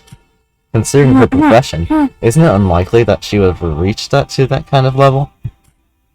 If she really did murder Setsuka, she's probably a Void. The Void is a criminal syndicate, so that might be entirely possible. Shobai does have a point. The fact that she got rid of the abdomen means that she would have known she would be caught by the left-handed stab wound. If she knew that, she could have just stabbed Setsuka with her right hand. Why would she have gone through the hassle of getting rid of the evidence? It's just that I only realized it after I stabbed her, as you might have already guessed. The knife used to stab Setsuka was the folding one that is in everybody's room. I stabbed her with my left hand without much thought, and only then I realized the potential danger of leaving that kind of evidence. I never imagined there would actually be someone who'd suspect me because of that, but that may be turned into reality by you, Shobai.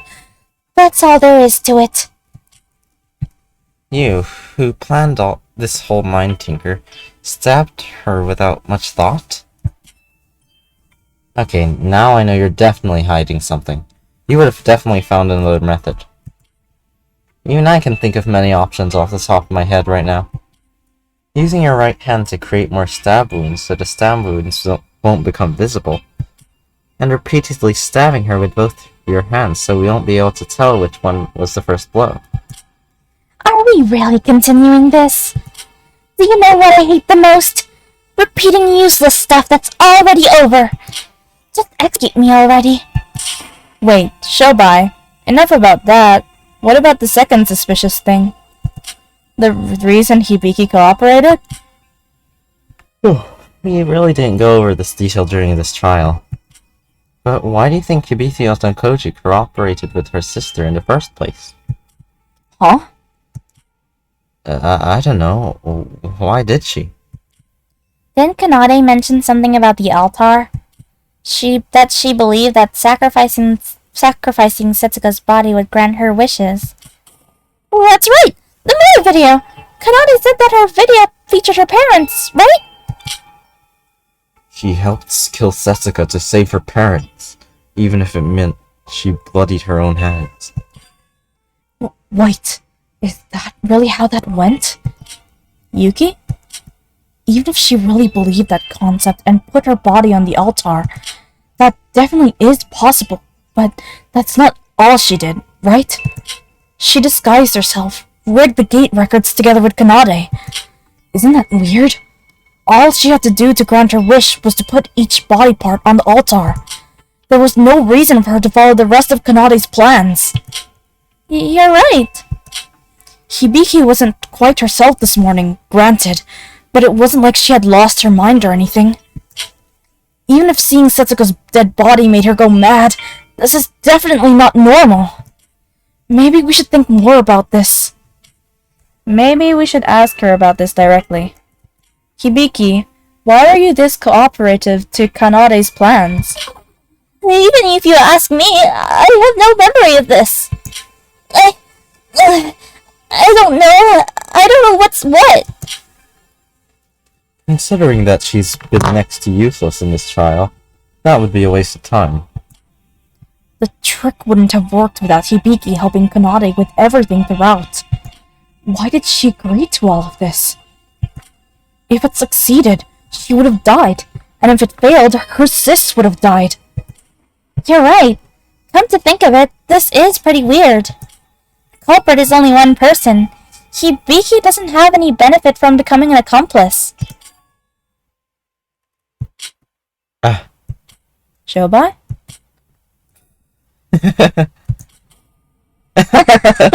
So that's it! So that was it! Holy mackerel! This one's gone bonkers as well! I got it. A crazy theory that solves all of our questions. Really? What is it? Hibiki Otanakoji, you're also the culprit. Eh? The culprit's Kanade, isn't it? Did you even hear what I said? I said also. They're not just accomplices, they're both the true culprit. What? What are you talking about? That's impossible! There should be only one culprit according to the class trial rules! It's against the rules for there to be two of them! Since when did the rules say so? What? Don't believe me? Pull out your handbooks right now and read Rule 6. Hold on a second. Rule 6. If two murderers each performed by different blackened occurs if two murders each performed by different blackened occurs consecutively, only the one committed earlier is acknowledged. That part we need to focus is... What? Sorry. The part we need to focus on is the part about consecutive murders. This is considering when there are two different blackened who separately killed two different victims. In the case of the two separate blackens targeting one victim, there is no rule specified about it. Wait, then what happens if something like this case happened? If it isn't a special case like Rule 6, normally the person who last injured the victim while they were still alive becomes the culprit. What do you mean by that? To put it simply, let's say Iroha stabs Teruya with a knife. If I stabbed the dying Teruya before his last breath, I would become the blackened that killed Teruya. So it becomes a game of who made the last shot. We're using Teruya as the example, of course. His face. I know. I see. If there were two separate victim and culprit pairs, the one that took place earlier gets prioritized. But for two killers and one target, the one who made the finishing blow is the culprit. Excuse me? Did you really have to use me as an example? But that still means that only one person can become the culprit in the end, right? You still don't get it? If the person who makes the finishing blow takes the name of the blackened, if two people injure the victim at the same time, they both become the culprit. Capiche? They didn't outright stab her. They knocked her out and stabbed her at the same time. Together at the same time. You're out of your mind! Even if they'd stabbed her together, there should have been some time difference between them. If one stabbed her just a bit later than the other, then that person would be the sole culprit. Oh, Really? Then let's take it to the judge. Yo, Bird. Bird? I prefer to be called a crow. That aside... Rule 6, you say? That was put in there just in case 2 separate murder cases happened in the span of one day. Imagine the troubles you would go through of solving 2 cases in one trial. This is a defense against that. Kenji's going. But this case is a bit difficult even for me. If they injure the person at the same time, indeed. So is it possible or not? Theoretically, yes. But in reality, it's next to impossible. If a murder occurs anywhere, the high-tech sensors of Futsushima detect who hit last down to 0.001 seconds. If anyone was even that little late, they would have become the official culprit by the record. You see? It's impossible. So, what if they get down to the same 0.0001 second? Well, we'll measure it down to 0.00001 second. And if they do it within the same 0.00001 seconds? Yo, Shobai, what are you leading up to? Excuse me, I've been doing all the... I know, but the shift between the high and the low. Time differences. You're the voice actor here. I thought you also wanted to do this. I said I wanted to, but you're the one who's actually doing it. If the time difference was next to 0, according to the records, you're saying? Well, if it was that pinpoint, then I admit it. They both become the black and... tinkering bingo. Wait. That's only theoretically possible, remember? Even if they thought they did it at the same time, there's naturally bound to be some time difference between them. Unless they were machines or something. Nikki's right. I mean, I am capable of doing everything right. But for my six, it would be impossible. Why the sudden passivity? Are you hiding something from us? What did you say? It would have been possible for you to. If my theory is correct, then that was exactly why you couldn't have left the torso be. Of course, I'm not saying this without any basis. The proof that you two can do it with the exact timing was ironically provided by Newsy over there. Me? What do you mean by that? Do you guys remember the interview that Newsy did on the twins back at the second island? How on earth would we remember such a minor thing? How rude! My interviews are never something minor! Of course, I always remember every detail of my interviews. Of course I always remember every detail of my interviews. I even have it written down. But why do you remember that? That isn't the focus here. Just shut up and listen. Oh, you mean the concert? If you have it written down, then that's better. Read the part about the secret behind their synergy. Yeah, the concert. That was the first thing that came in my mind. Let's see here. So you two have shown us a fantastic performance, especially the unbelievable synergy between you two. What is your secret behind the synergy? Well, we do practice day and night, but we aren't like any other twins. We are 2 as 1. If we're in B, we can play with margin of error of less than 0.00001 seconds. Isn't that right, Kanade? Huh? Oh yeah. I see. So the fact that you're twins is a crucial factor. This is a scoop in itself. He's unstoppable. Well, I shouldn't say whatever. Oh my god. Wait, doesn't this mean... Now you get it? It's not a completely outrageous idea we're dealing with. And they said that comment themselves. Even Kanade and Nakoji affirmed this fact. For these two, it would have been possible for them to use their special sense of beat to stab. Simultaneously without any error between them. Oh, they really did? Wait, I feel like that was just an exaggerated playful comment by Hibiki. Logically speaking, this shouldn't be possible for two separate people. This is possible within the bounds of logic, you meathead. Meathead? I met a lot of people around the world working as a trafficker. There are a lot of weird bunches when it came to twins. Twins who had the exact same physical abilities, twins who could read each other's minds. That time I met ones that had identical rhythmic senses. Hibiki and Kanade are identical twins, right? They say that identical twins are almost the same down to the genetic level. They usually have the same personality.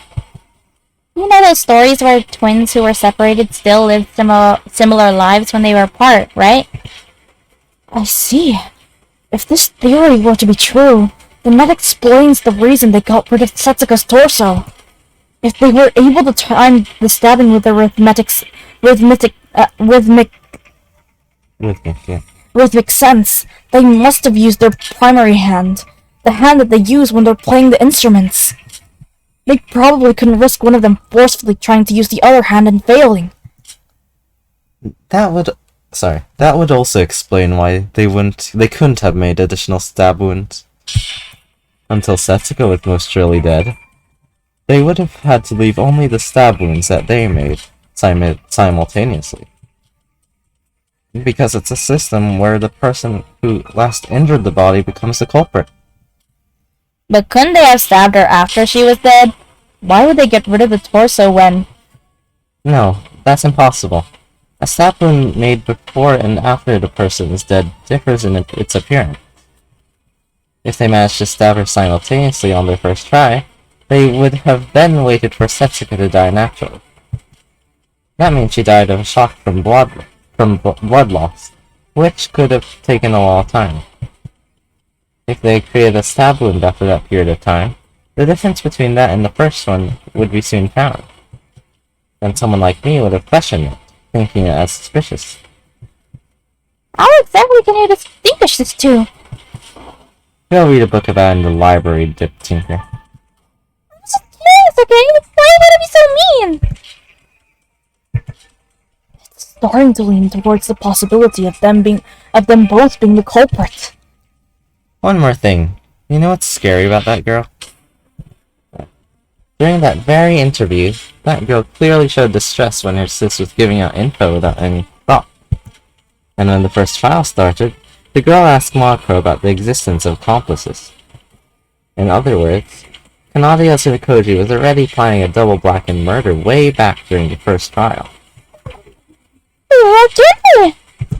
Kanade had this numerous times during the other trials!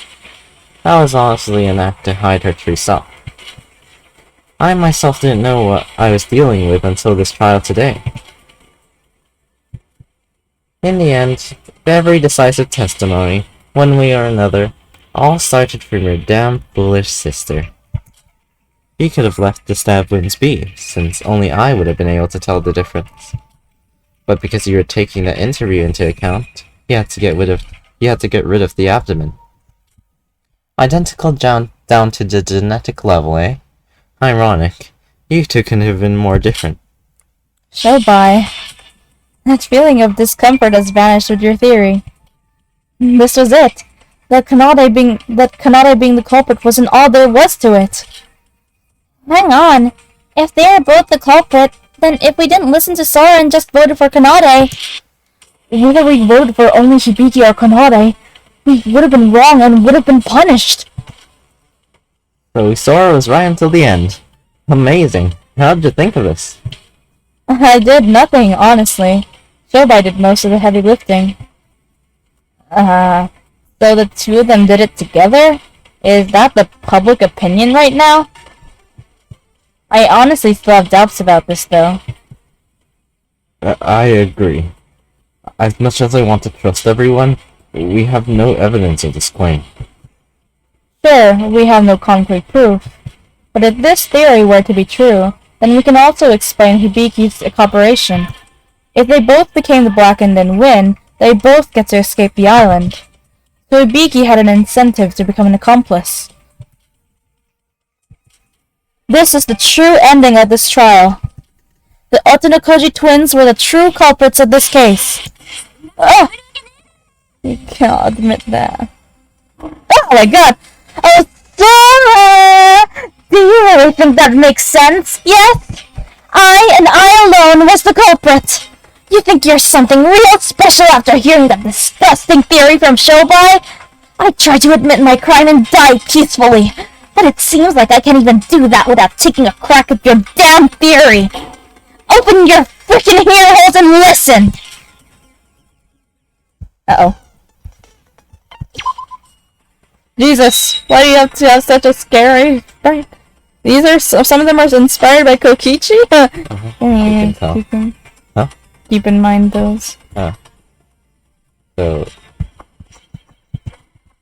Oh, that's sorry. Ow! What the heck? Ah! I can't. I can't see. Well, no logical. What's fun if you're the culprit in the double? You lose and you win the trial. And why are you this desperate about this bravado? I'm gonna use this. Okay. Oh! Oh, wait. I can't! What the heck? She's ranting too much. I know, right? Wait, how do you... What are the controls for the arrows? It's also shift. Oh, okay.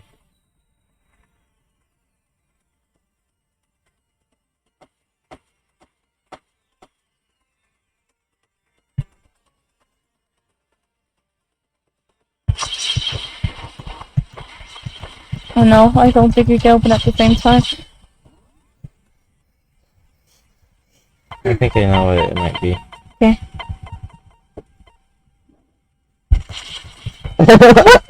Sorry. I just need to read this thing. Which is gonna be difficult. Is it unused antibiotic? Yeah, that's what I think. Okay, I need you to be prepared at S.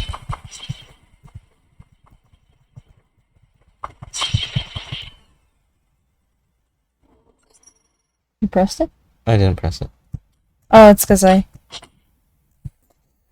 failed. That's hard. It has to be the last sentence, though. Yeah. Why are you so scary?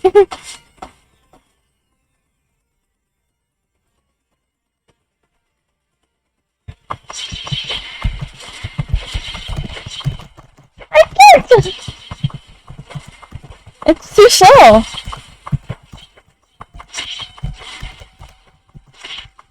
I can't! I should try adapting.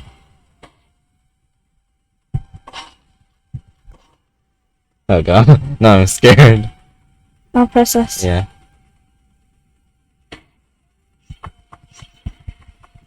You have to shoot, okay, when I press this, because it's to equip the arrow. No! No! Dang.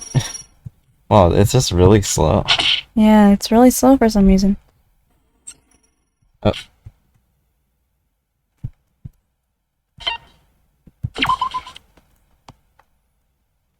Huh? Huh? Huh? What? What? What? What? Why did it return us to this? Bruh. I pressed try again. Yeah, I know, I saw you. Bruh. How long did we... Well, I can't save in the middle of the... Yeah, how about how long did it... Well, it always saves after. So it goes all the way there? Yeah. Okay, hold on. Was it control? Wow.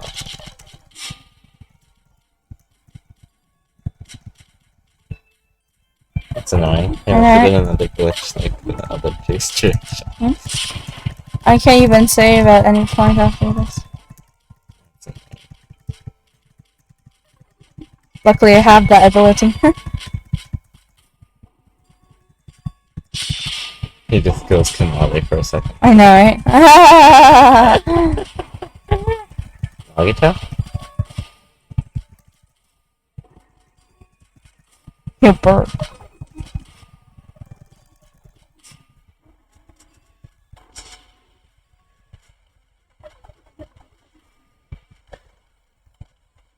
I don't understand how you do that, though. Yeah.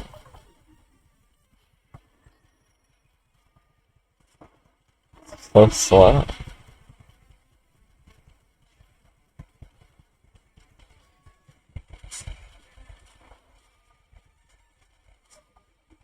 What if you hold it down? No, I told you it didn't work with me. Remember when we had to... Yeah, no. We're here, finally.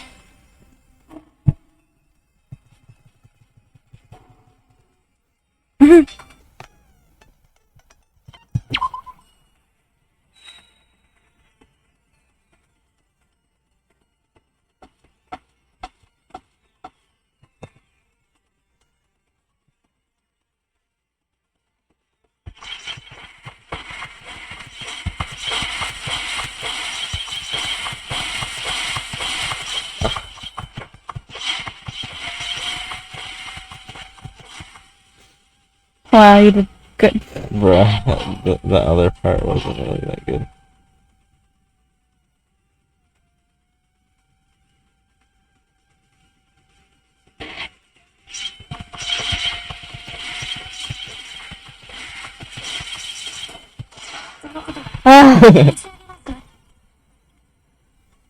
I was ready. I was also ready. Nice. Yeah, we did a We solid. did so amazing. Okay. That was literally the next save Alright. point. It's Bruh. annoying. Proof. You say there is no proof? Obviously. It was impossible from the start. A flawed theory. Let me ask Shobai himself. Do you have any proof? Yes. And you claim to say you know something that even Shobai isn't aware of?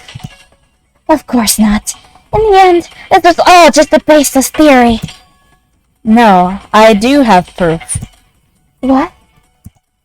After hearing what Shobai said, I looked through every evidence I found once more, and there was one single evidence that didn't have a place anywhere in this theory.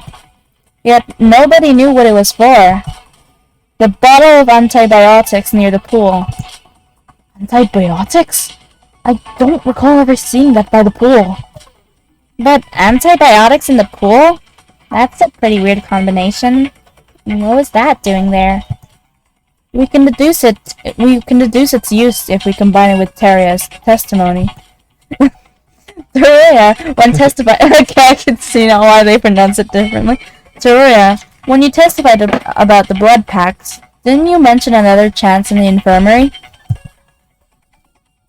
The infirmary? Oh yeah! The medical kit disappeared for a while and somebody put it back. Are you talking about that? Medical kit? So was that bottle from that kit? Well, I check the inventory of each room 3 times a day. Morning, lunchtime, and evening. And the medical kit that was definitely there yesterday evening had disappeared when I checked the room this morning. I was gonna tell you guys, but it wasn't like it was a murder weapon, and I just assumed somebody needed it as an emergency. Then I saw it sitting there back in its place at lunchtime, as if nothing happened. So that means somebody used the medical kit this morning. Somebody used the medical kit this morning, right? What does this have anything to do with the theory we're dealing? Looks unrelated to me. As Teruya said, a medical kit can't be used to kill someone. And since we're dealing with a murder, a medical kit used to save someone seems far off from the evidence we're looking for. However, I don't think that's the case. This was an insurance used by the culprit to create a double-blackened situation. Insurance? You said that they used their primary hands to stab Setsuka simultaneously without any error, right? But as Shobai called it out, Kanade is an extreme perfectionist. What if they managed to fail the timing? Oh no, they didn't. They were gonna use it to heal Setsuka up if it failed? Exactly. Kanade had taken the medical kit with her for that exact reason. Preposterous! How could you know if you had succeeded or not in the first place? Dude, moniker exists for a reason, you know? Well, they stabbed Setsuka together and called Monoko to check if it could be accepted as a double blackened murder? Is Monoko even allowed to tell them that? I mean, there's no reason not to. Telling the Blackened that they are the Blackened shouldn't be a problem, right? That aside, that ball was decisive evidence. I never saw it during my investigation. Where the hell did you find that? I just kind of saw it rolling around near the pool. I never even opened that damn thing! There's no way that I dropped that!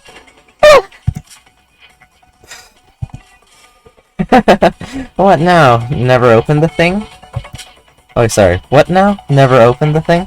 You should have said it. You should have said that you never even took it, idiot.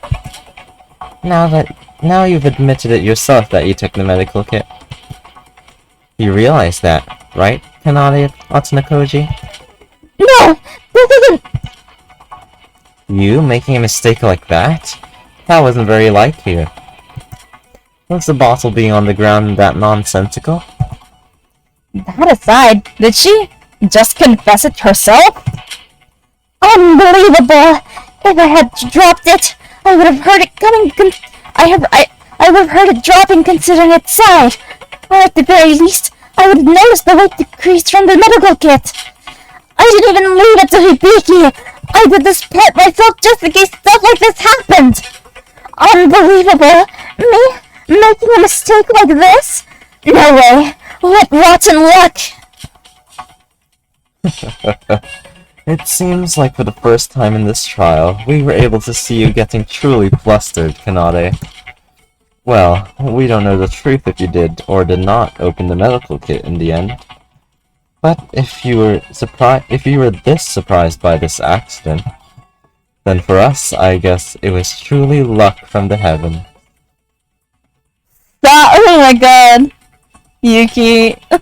Utsu question mark. Kanade, so can I take that as a yes? That both you and Hibiki murdered Setsuka. Unbelievable! This can't be happening! This doesn't make any sense! This can't be... If you still can't admit it, then I will go over this case from the start. You won't be able to escape this anymore. Yay! Closing argument.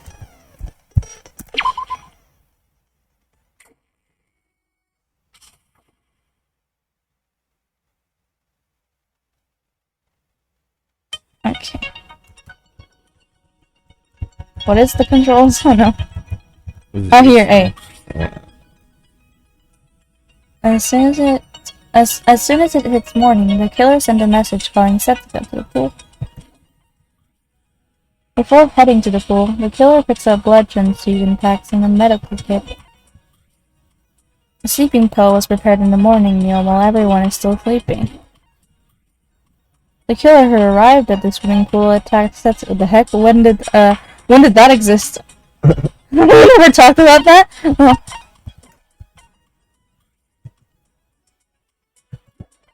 I'm guessing it's this one first, and then this. Then... We're heading to the pool. Right.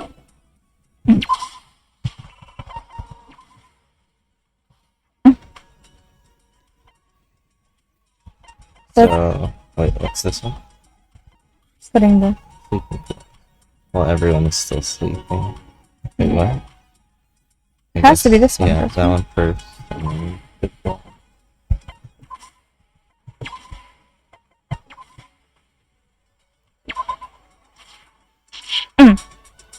Knew it. Oh.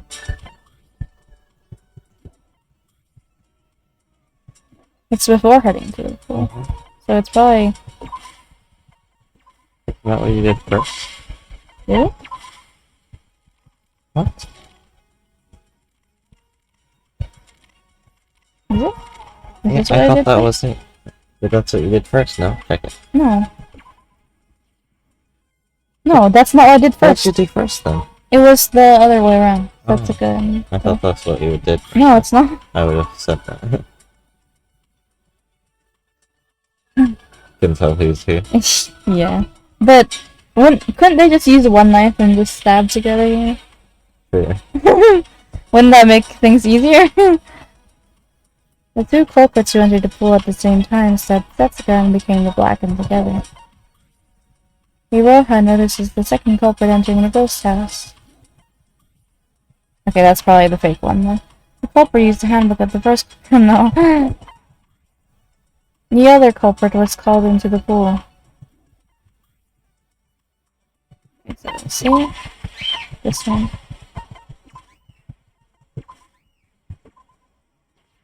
Oh, and the bird is screaming again. Oh. The culprit accidentally wow. Utsa, man. The culprit accidentally dropped an antibiotic from the medical kit while leaving the pool. After leaving the pool to get the necessary tools, a non-breathing placed the kit. The second killer disguises the first killer. Okay, so it's probably, oh jeez. The culprit returns to all of their tools and starts cutting into the... They really have to illustrate that. So what is the...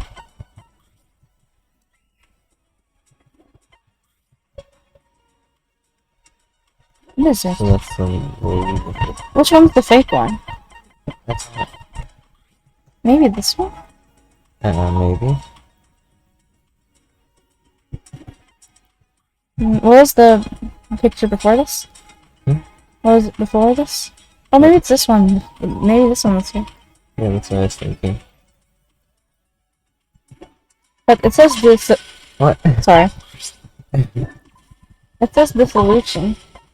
What's dissolution? Huh? Dissolution. I don't know. The killer, the second killer disguises the first killer after the dissolution is over. So it was before this? Huh? They stabbed at the same time, right? Uh-huh. Okay, so...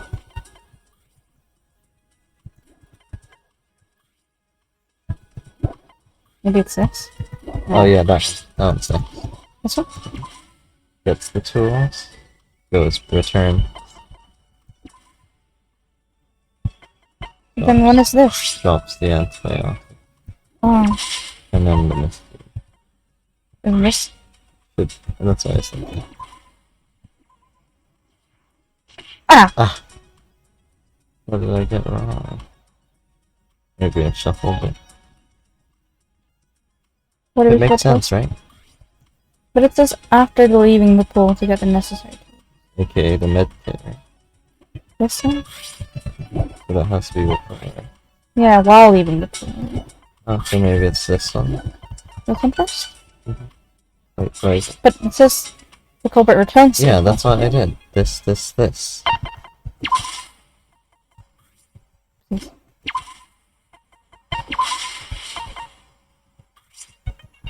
doesn't make sense. This is the same thing we did. Yeah, sorry, I did something wrong. What? Why not try the other one? Hmm? Cancel. Let's see. What? You said this, right? No! No, I said I got something wrong. But I was like... What's this one again? So, this? Is that what you're thinking? That. Yeah, because they use the med for the... Yeah. Not this. Then I think it's... Okay, what? So, this first, and then...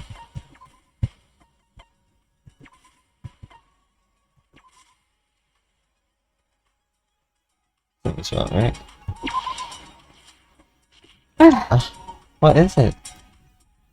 Well, it's not this, because, unless it is, but because they disguise for Iroha. Oh, wait, no. No, it's not for Iroha. Oh, no, it's not for the Iroha, others. it's for the others. Yeah, never mind, though. So, is it the other one? What other one? Is it this one that's the tree? Doesn't seem like it, though. Oh yeah, right. It doesn't say that. What did they get wrong?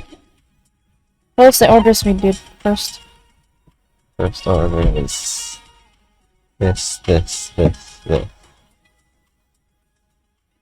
Second order.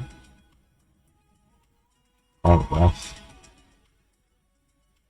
This. Was that the second order? Mm-hmm. The third one. The third one is this one. Then this. That's another one of the way. You have to leave before they got the tool, so it has to be before. Yeah, they have to leave for the tools here. Is it not this? Did we do this? I don't recall.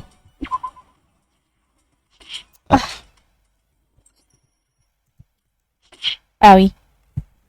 What? I'm confused.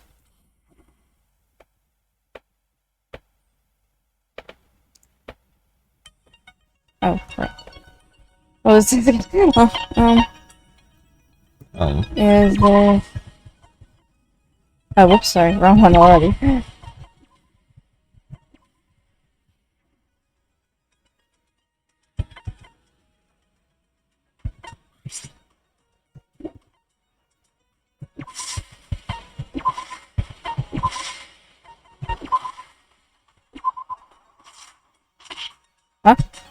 Question mark? What? What was it? What's it? We did that! Before everyone wakes up. So this one has to be first. Oh, so this what? What did you say? What am I saying? What do you think I'm saying? Not one. I said this one. It has to be first. So switch the other two. Oh yeah, before the pool. Oh, maybe I should do this. And what's this? Oh yeah, Yeah, I we don't did get this. Oh, we did this one. Oh wait, sorry. We don't get the next.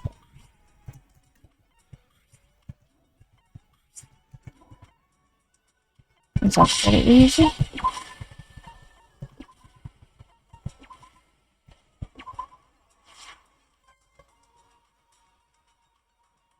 So what's this?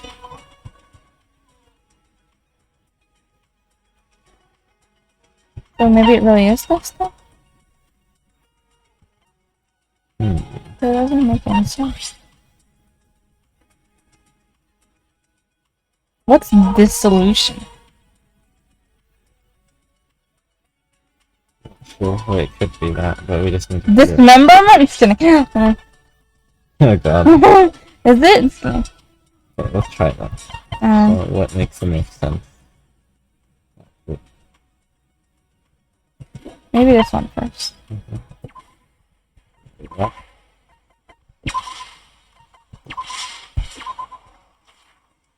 Ah, it's not. What is it then? Check wait, Miskin. Huh? Holy piece. Or one more selection, I think. Or I'll check it. Just an attempt. Why would that make sense? Because, This, like, while leaving the pool. while leaving the pool, but last night. Because if they went back, she could have seen the antidepressants. Sure.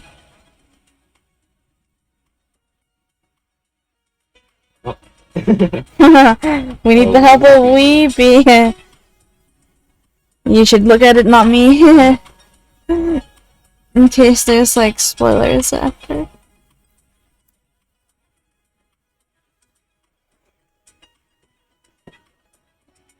Still 7 though. So there's 2 more hours? Unless we do it. Maybe she really did take that long with Weepy. And then Kanade's thing. The rebuttal. Way easier. Mm-hmm. Oops, what child? The heck?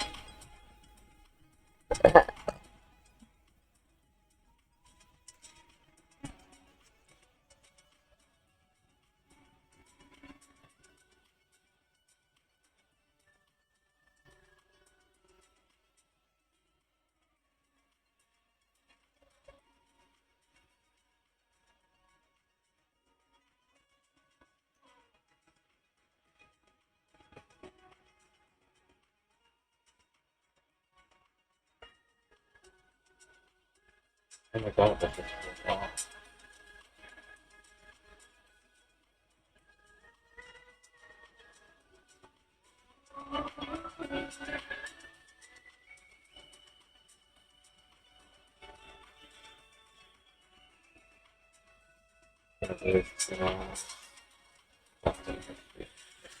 Hmm. I wonder what's going on. Not the real Where did she go?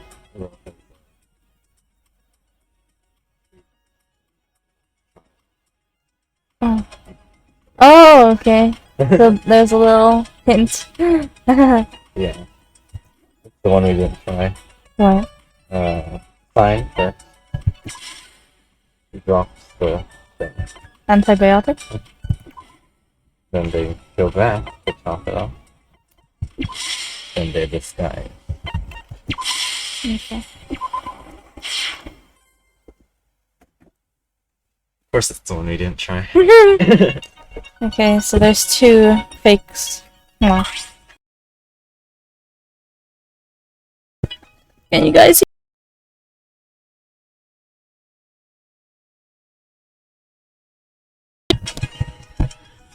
Sorry, can you guys hear me? Hello?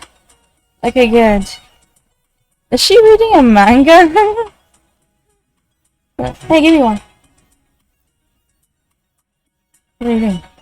Give it to me. Bro.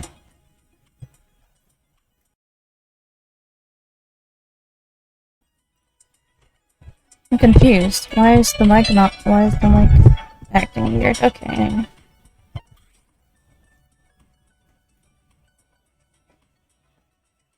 At the same time, the train was moving to the monorail station in Block C. The culprit was waiting. Oh, jeez. So we were wrong about this being the blood test. Yeah. I knew it was gonna fit the bodies. You drove me away from that theory. Huh? Remember? No. Well, you said they were small enough like a sandwich. Yeah. Yeah, which is why I thought it wasn't. A sandwich bag is bigger than a hand. Huh? Well, you said it was the blood packs, so you know. Alright. That was just a weird thing that I saw that I noticed. I was like, they look like blood packs to me, but. And recalling Iroha, the second killer maintained their disguise and was on the move. I wonder what the two fake ones are. Iroha notices the second culprit entering the ghost house. The culprit took the monorail and put the body in the chimney of the ghost house. The culprit performed an extraordinary method by throwing them piece by piece. After entering the ghost house, the culprit broke the breaker wire made of half. This is probably one of them. Okay, so it might be this.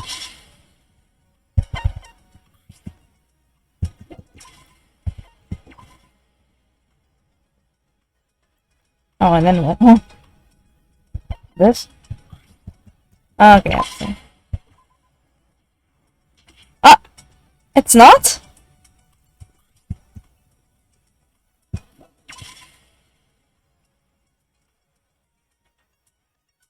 Let me think. It's a house. The second killer is already disguised here. Oh. So, Iroha can't have seen. Oh, okay, so this one. Wait, so what? At the same time.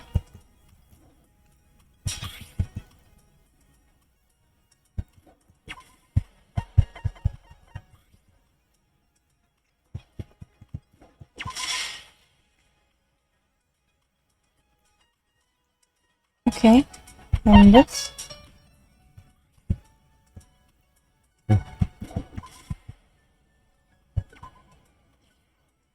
Ah! We suck. Wait, what?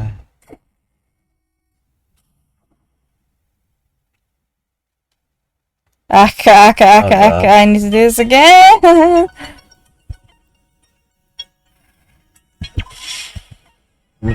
No. Sorry, accident.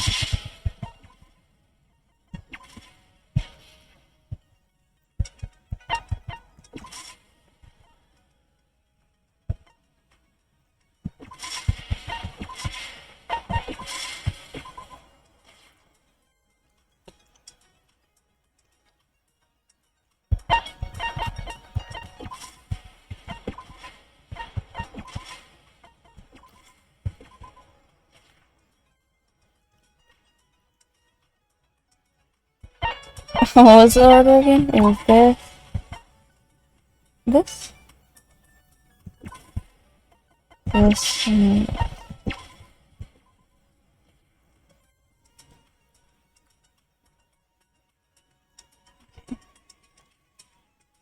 Can you see them all again? culprit uses Setsuka's handbook and messages Iroha. To meet the mirror. Oh, so this one's probably a fake question mark? I don't know. Maybe it's this? Actually.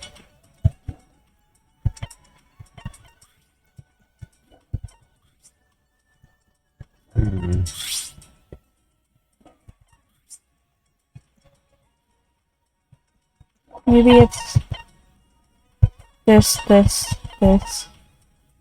And What's the last one? never mind. The wires. Hmm.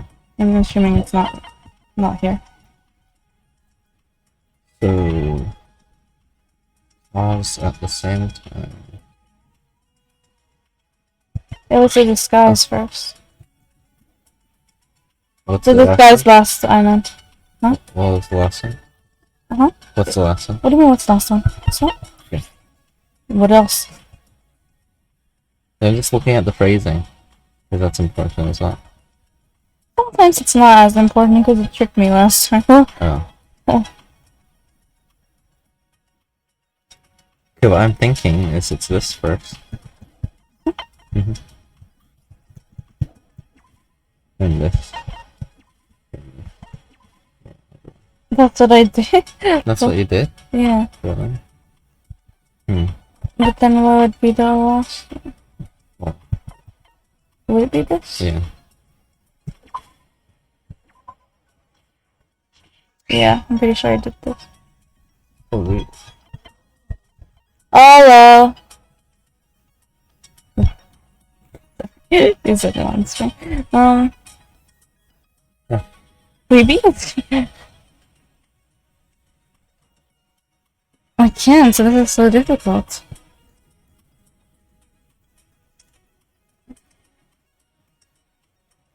Didn't you see the comic first?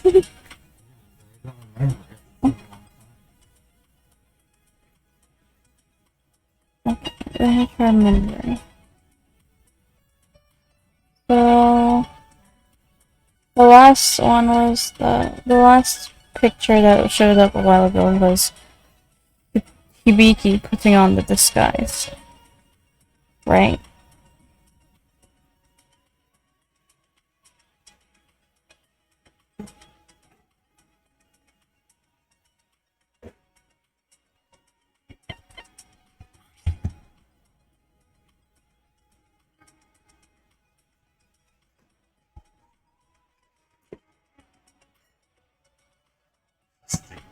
Yeah.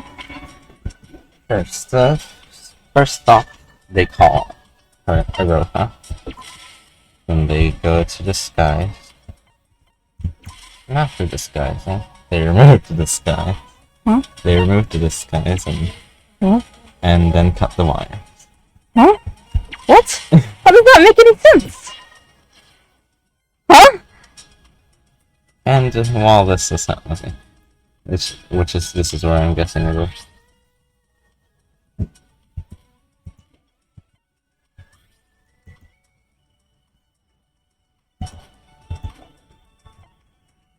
I'm guessing it's this.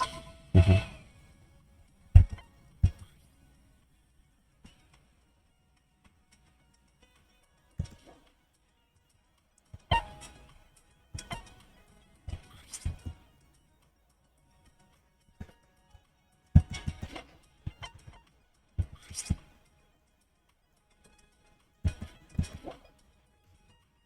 So, Oh, what's this say?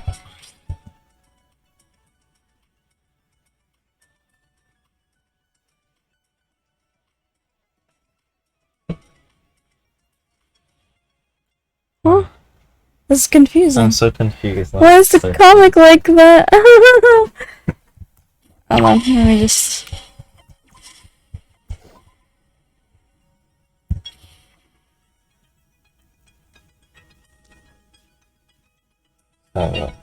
The culprit. And then... yeah. Oh, no, the other one. Okay. Yeah, that. And then the pattern. That's stupid. I know, right?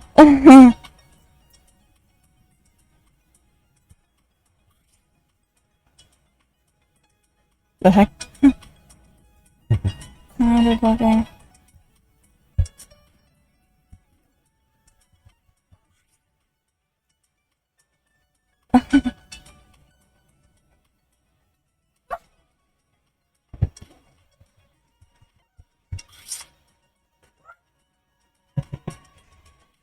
Hello.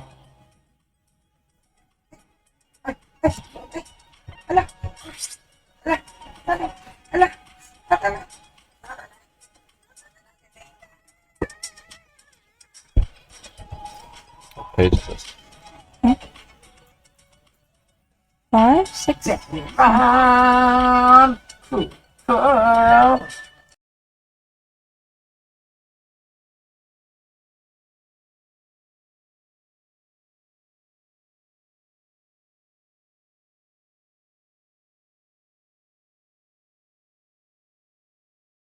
Oh, sorry. Correct. I don't see the page. We used to be. Wait, you're in your first slide? Yeah.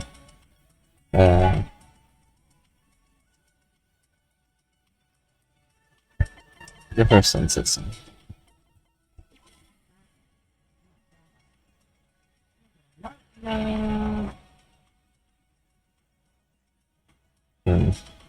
one. Slap. Sure.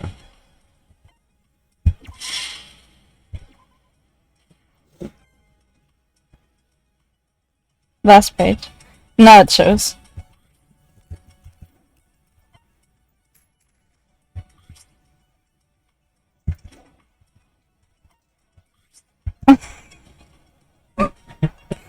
The culprit goes to culprit.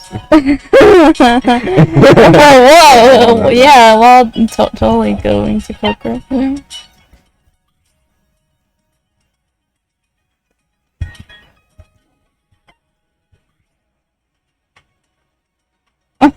I think we know the two big ones. Yeah.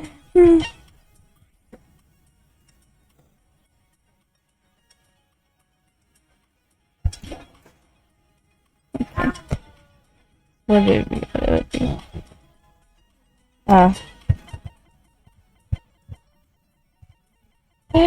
Because we only have one heart left.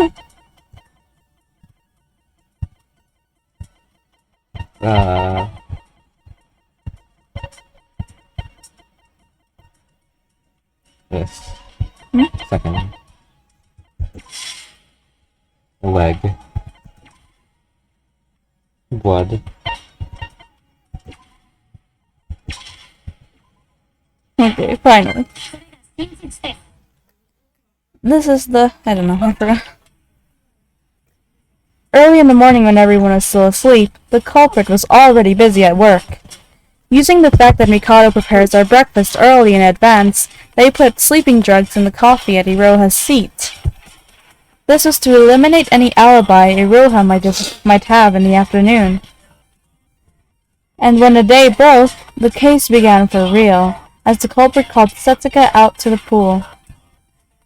Before they headed to the pool, the culprit took large quantities of blood packs and a medical kit from the infirmary. Since it was already gone by the time Teruya checked it this morning, this was the only chance they had to take them.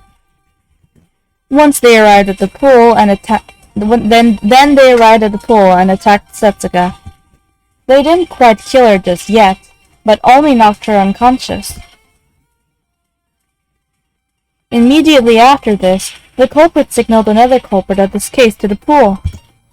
Yes, this was the first time that two people were both the culprit of one murder. Here, the first culprit handed their handbook to the other culprit over the gates. This was to manipulate the gate records, a crucial trick used throughout this case. The second culprit entered the pool using the handbook they were given. The inn records of the first culprit and the inn records of the first culprit and Setsuka had already existed in the gate record database. So when the second culprit entered through the gates, the results showed an out record for the first culprit. The second culprit was able to enter the pool without using their own handbook and leaving a record.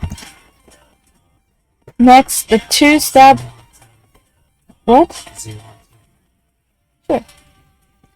Next, the two stabbed the unconscious Setsuka simultaneously with a knife. Originally, the one who stabbed later would become the real culprit, even if it was a matter of milliseconds. However, our killers had an extreme sense of rhythm with each other, enough to a point its difference was undetectable. This was because they were twins that had ultimate talents related to rhythm. After confirming the fact that they stabbed her at the same time, the first culprit left the pool. Here they used Setsuka's handbook to make it seem like there was nobody at the pool according to the records. As she was leaving, she also put a sign that said, "Pool sanitation time, please do not enter," in front of the pool. This way, no one else would enter the pool while they took care of the body.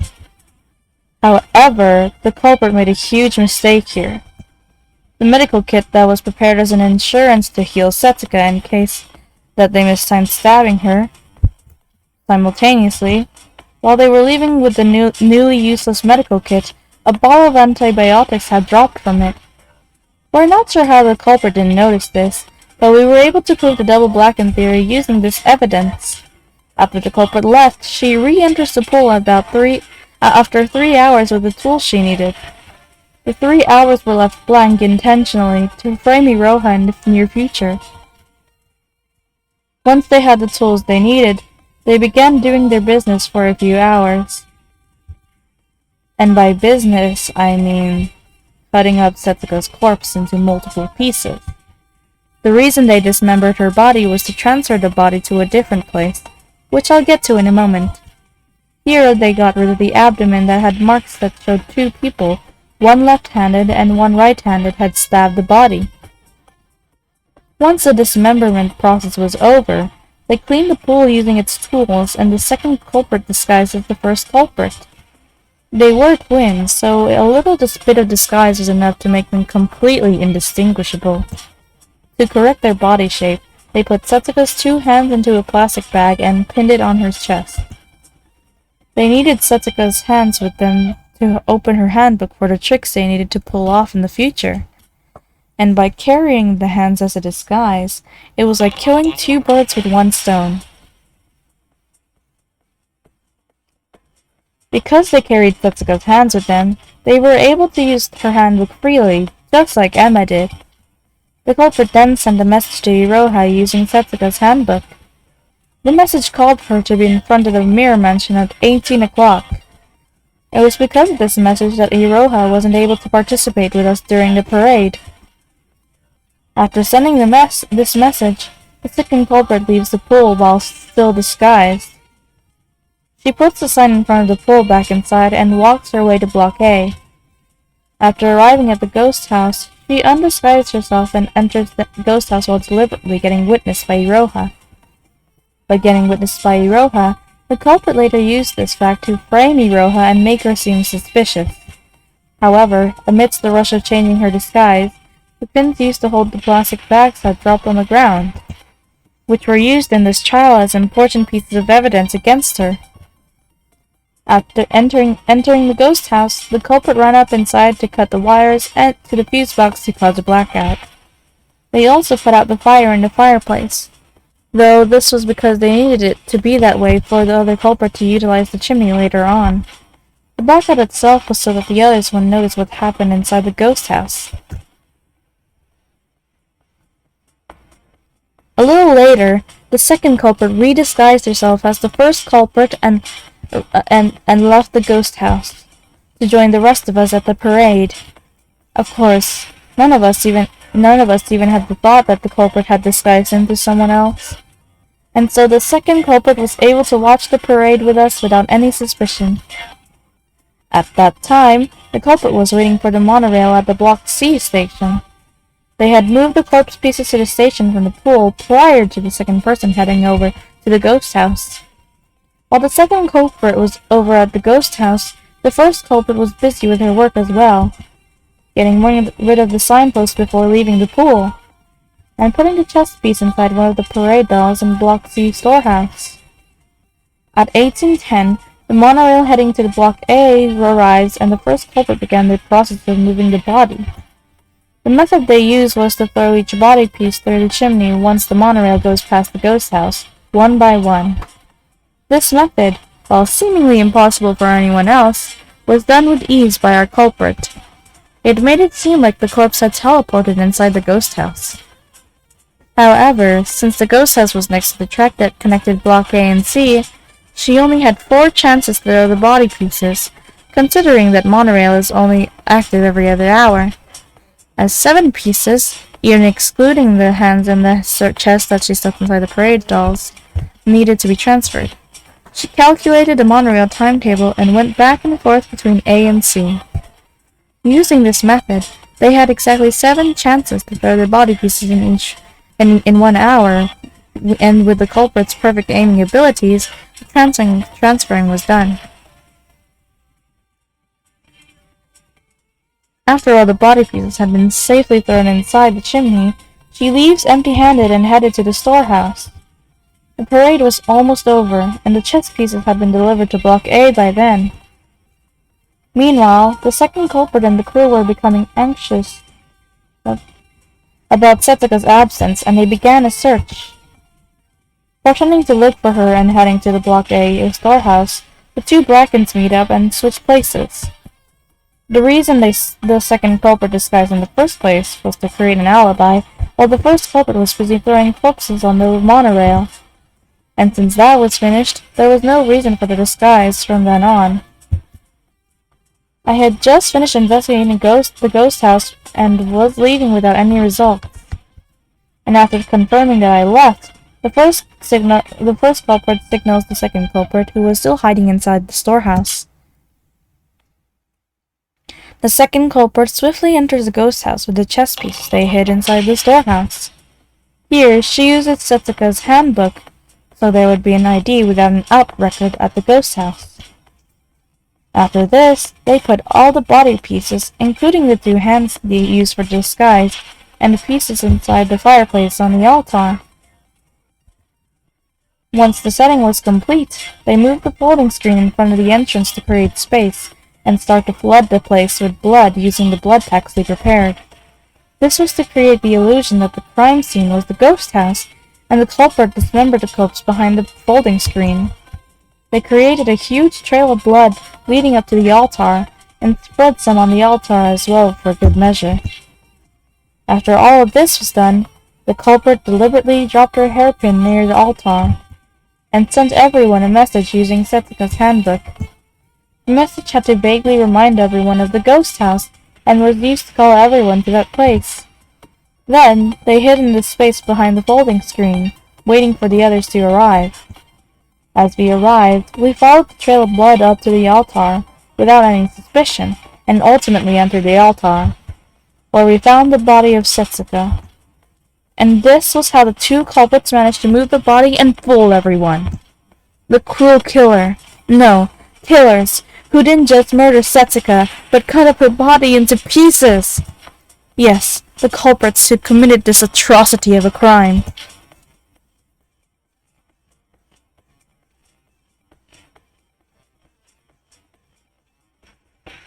Kanade Otonokoji and Hibiki Otonokoji, the ultimate guitarist and the ultimate vocalist. It was you two! Wow. I had never seen that before. Gosh. Oh. Right. I forgot about that.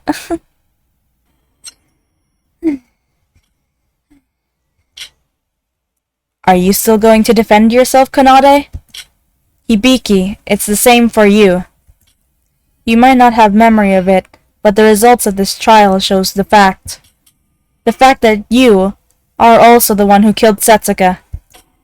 No, that can't be. I'm innocent. I couldn't have killed Tsuka. Yeah, this is a dream. This is all a dream. Kanade could never kill someone, let alone me. Wake up! Wake up, Hibiki Otonokoji! Hibiki.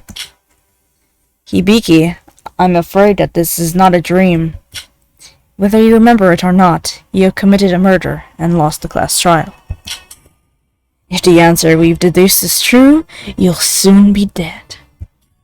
What? Die? Me? but that's a bit weird. I haven't done anything. Come on, guys. Kanade, say something to them. We can never actually kill someone, right? Kanade? Don't just stand there. Please. Help me, like you've always done. Like when we were young. Sis. When something bad happened, you were always there for me to take care of it. I'm sorry if I was being harsh to you. I apologize for everything. Just help me. Kanade ultimately lost the trial. Even she can't help you in this situation.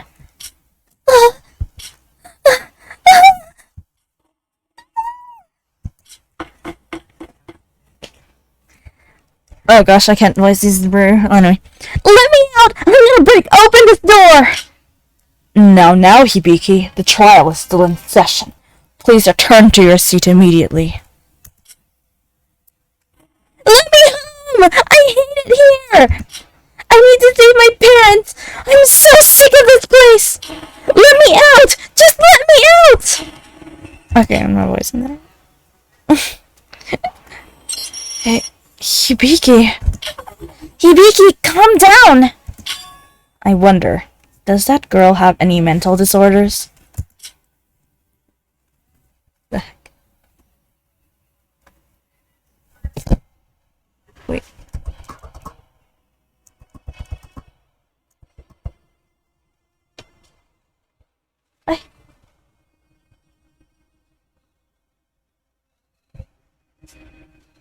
Oh, hold on.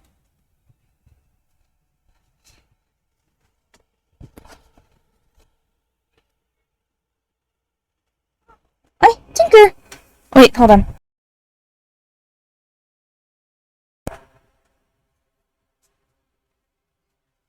Tinker?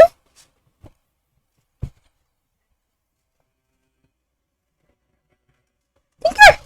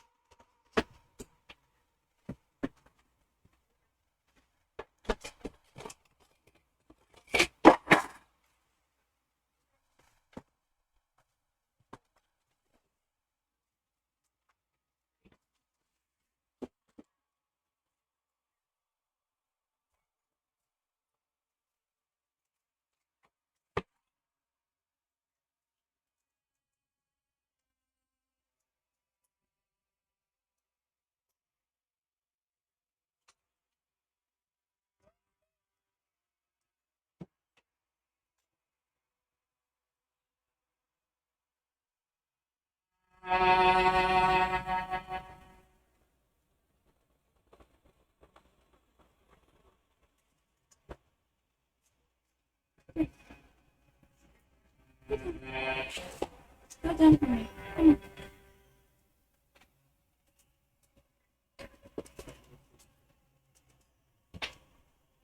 Come on.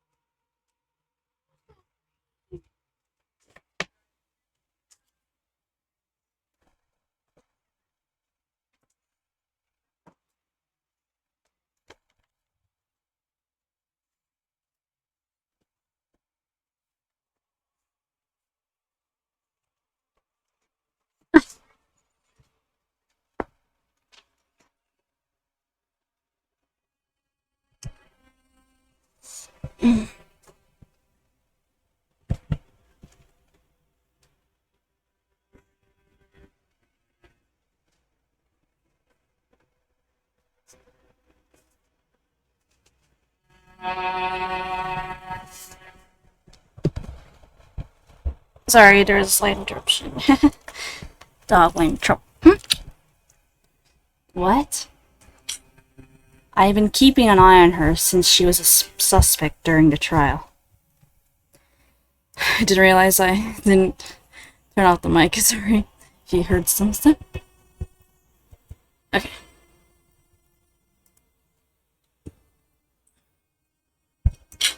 But something's off with that girl. I mean, the younger sis is a crazy tinker for sure. But the older sis isn't far off as far as I can tell.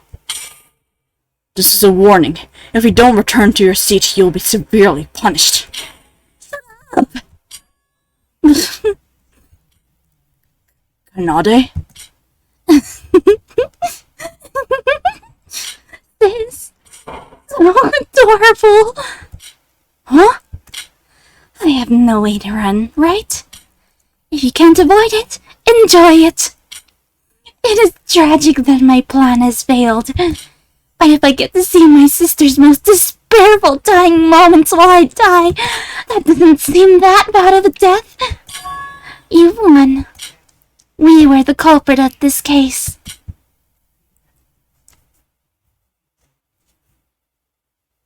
We did so bad.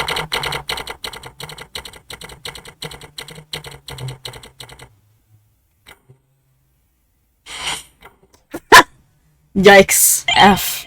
Dang. I knew we were gonna do bad. Dang, man. Oh, I got a lot of coins, though, at least. It's good that you resolved everything, but the silence. Now that you've reached an answer for the real this time, it's voting time. I swear, if it gets interrupted again, I'm going to quit this job. Anyways, vote for the culprit with the switch in front of you. Since the answer you've deduced is a double culprit, which is a first and 10 wrong first. Oh god. I specially prepared a panel marked Otanikoji twins in the voting screen, just for this occasion. If you truly believe that the two of them are the culprit, vote for that panel, capiche? Now, will that answer be the truth or not? Now! No interruptions? Okay, cool. No objections. It would be funny if Mikado decided to play with them, though. Like, objection, there's still something wrong, Your Honor. Wow.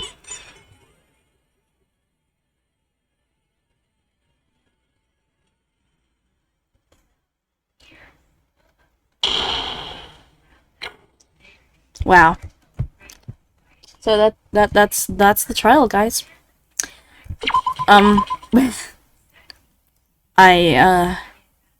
was very, yeah, well.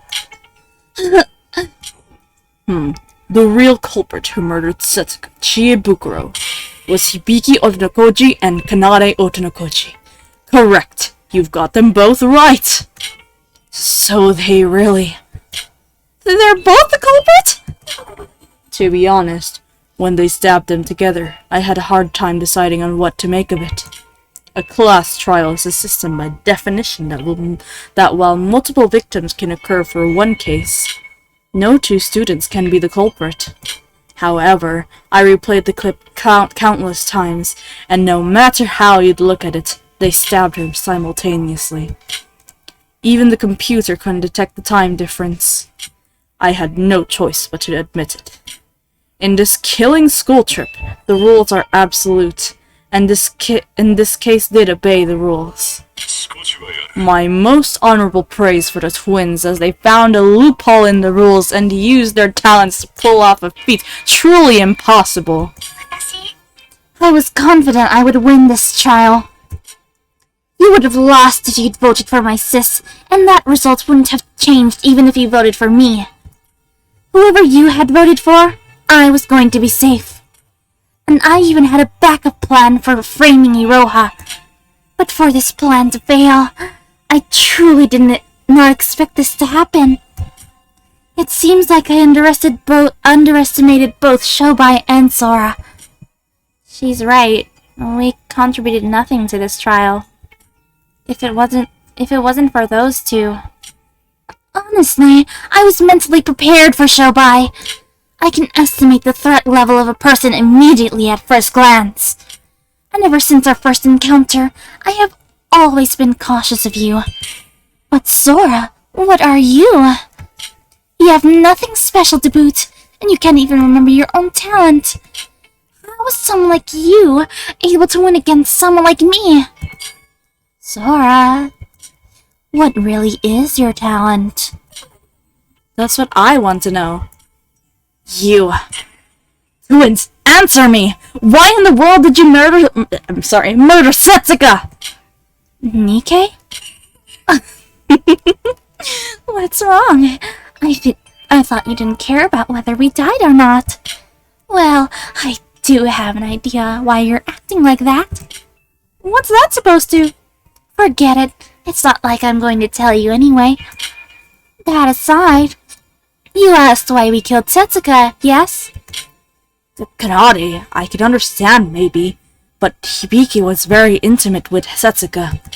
Why did Hibiki help murder Setsuka? Don't you get it, bro? They're voids! Both of them! Obviously that's the only logical reason. It happened last time, and the one before. We're trying our best to harmonize and survive, and they're trying to ruin it. Then, the two twins were both voids? Is that really how it is? Speak up, Hibiki, Kanade! Were the two twins the voids? Was that again the reason that this murder had to happen? We have 3 void survivors if we include Mikado. If the 2 of them are voids, we now know the identity of all 5 voids. And just when we were waiting for the twins to answer... I am terribly sorry to interrupt this, but... Then don't speak another word, so just shut up! I haven't even told you what I was going to say. You're being especially rude to me today, Teruya. Well, I do have some important news. The thing is, they're not voids, those 2 twins. What? What do you mean? Why are you the one to decide that, you little... No, he's absolutely right. The Otonokoji twins have no relations with us voids. Huh? But the voids! We're supposed to murder each... It seems like you're confused because the previous murders were all committed by us voids, but the voids are simply there for plan B. I've repeated myself countless times. Anyone can become a murderer. I can tell that at a glance. The Voids, up until now, strictly did things by the rules. You wouldn't dare do something this vague on whether it's against the rules or not. And that is exactly why I feel very conflicted about this. Where was my poor Void fellow when they were supposed to kill this time? Oh, what? But that means they killed someone when they weren't even a Void? Why? If they weren't a Void, what reason was there for them to kill someone? That's right, Yuki. We've made a mistake in thinking it was common sense that a Void will always be the one to murder one of us. There was a motive for every one of us this time. The motive videos that Mikado gave us.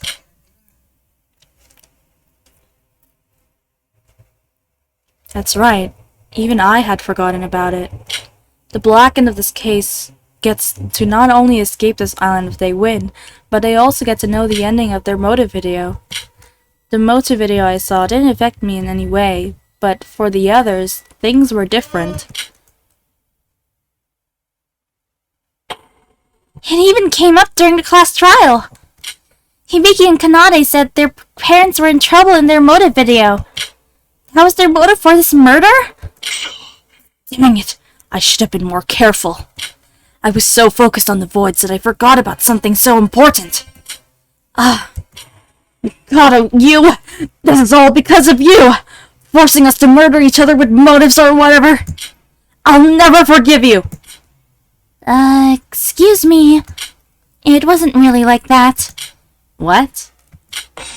I said I didn't do it necessarily for those stupid videos.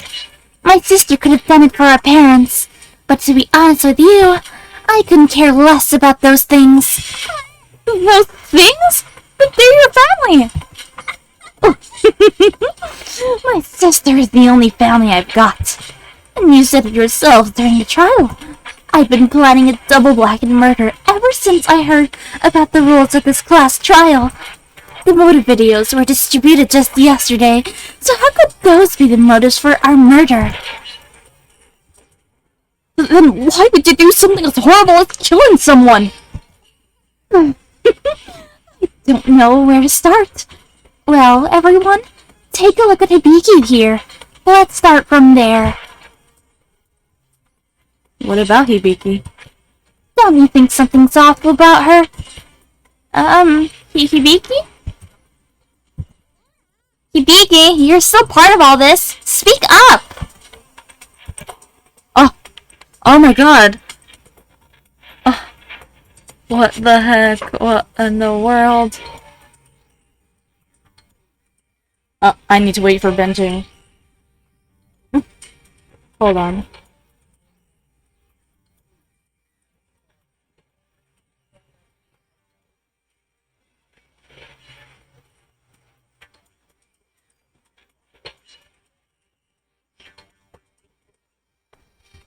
No, never mind.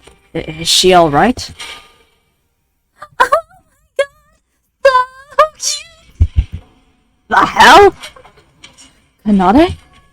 Everyone, meet my lifelong project and the motive for this murder. So, what do you think? What nonsense is that? I can't keep up with all this. Still don't get it? I'll tell you everything one by one. Hibiki, hand. Oh my god. I need to show benching.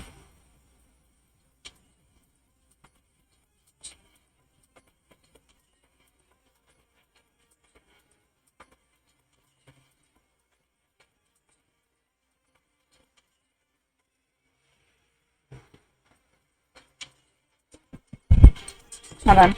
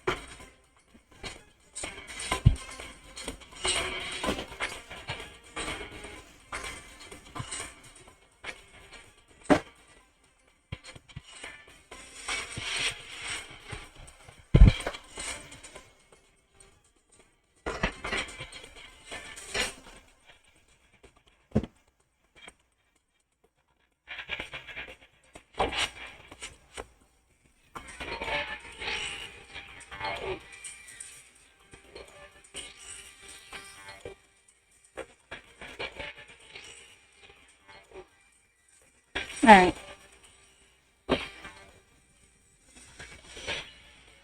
Alright. Bento is still in situation as we can. Do a backflip! Eek! That scared me! You love me with a smile. We love you. I love you, Kanade.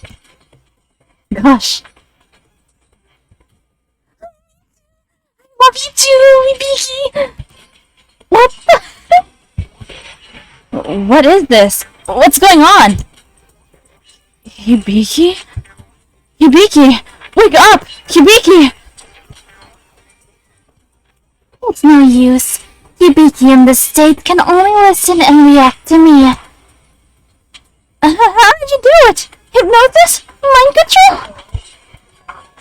So that was what you meant by that. No wonder the little crap's actions didn't make sense. Shobai, do you know what's going on? How can I put this?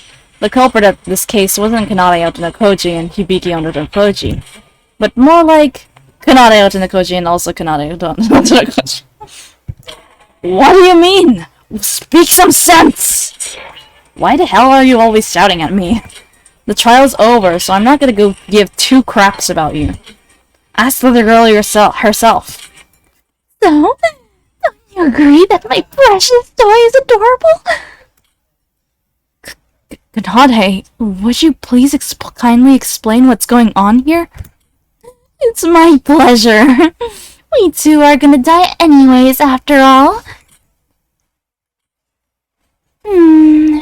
If we're going to talk about this, everything started way back when we were young.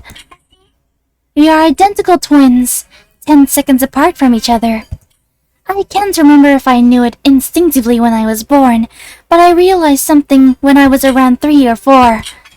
That I was better than Hibiki in every way. Are you talking about your talents? Everything. Talent, personality, skills, or whatever.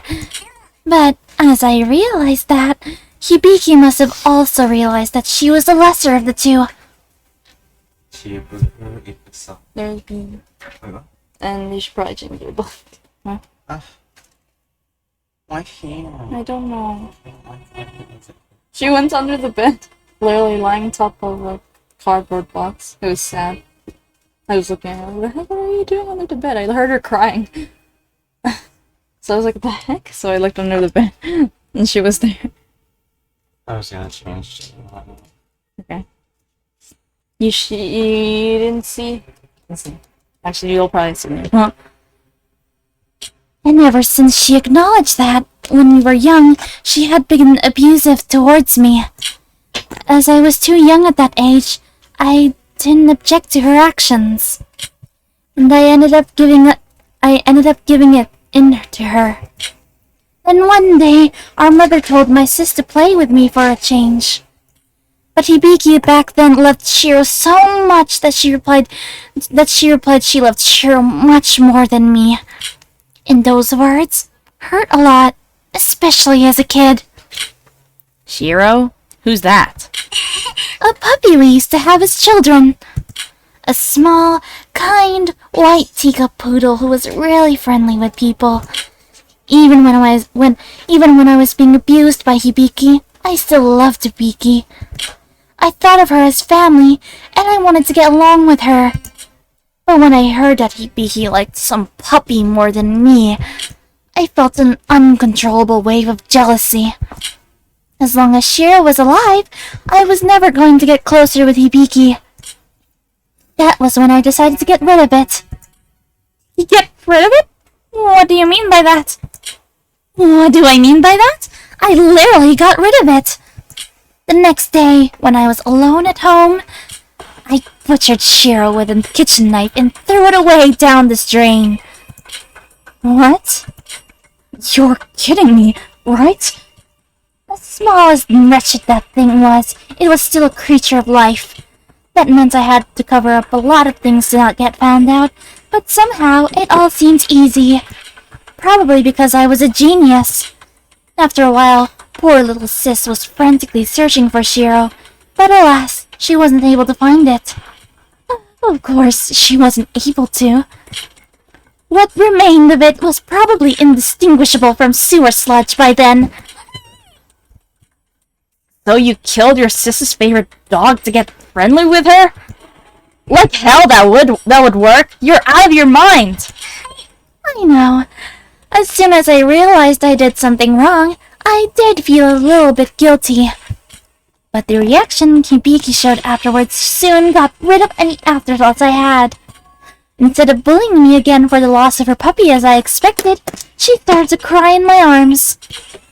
"Kanade, help me! What should I do?" she cried. And that face of hers back then was the face of an angel more precious and adorable than anything I had ever seen. Since then, Hibiki turned into an extremely passive and weak state whenever she was mentally backed into a corner. And each and every time that happened, she cried to me for help and depended solely on me. That was when I started to train my little Hibiki. Train? Unbeknownst to Hibiki, I had schemed multiple mental shocks for her in secret. All high and mighty, abusing her little sis by the day. Oh. There's more? What am I gonna do with this? All high and mighty, abusing her little... But in reality, she was being mentally tortured by her very own sister. Being mentally weak, Hibiki in her shocked state cannot even remember what happened afterwards. And now, even the innocent ignorance of her abusing her little sis without knowing anything about what happens off stage is so lovely that it drives me insane. And that's how I slowly but surely... Huh? Okay.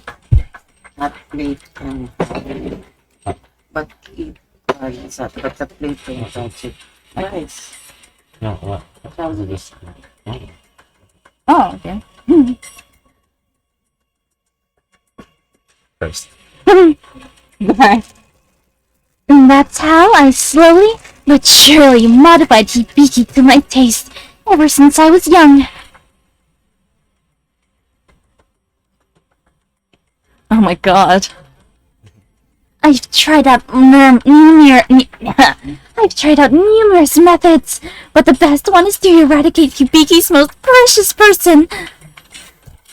Like with Shiro, every time Hibiki made a close relationship with someone, I got rid of them one by one. Ayumi, her best friend during grade school, got kicked from the top of the stairs, and now she's stuck in the hospital, paralyzed for the rest of her life. The nerve of that girl! Your sister feels sort of creepy, so we should keep away from her. Honestly, that tinker deserved it and more. Our middle school homeroom teacher that Hibiki had a crush on, I gave him an extra dose of muscle relaxant and buried him on a hill near the school. That pedophile pervert must have had indecent thoughts towards my precious Hibiki. But that was an act to save her from him. Even after we started our band, there was a recording engineer, makeup coordinator, our manager. I got rid of each and every person connected to Hibiki. And now, even the slightest of hardships will cause Hibiki to turn weak. She's more dependent on me than ever.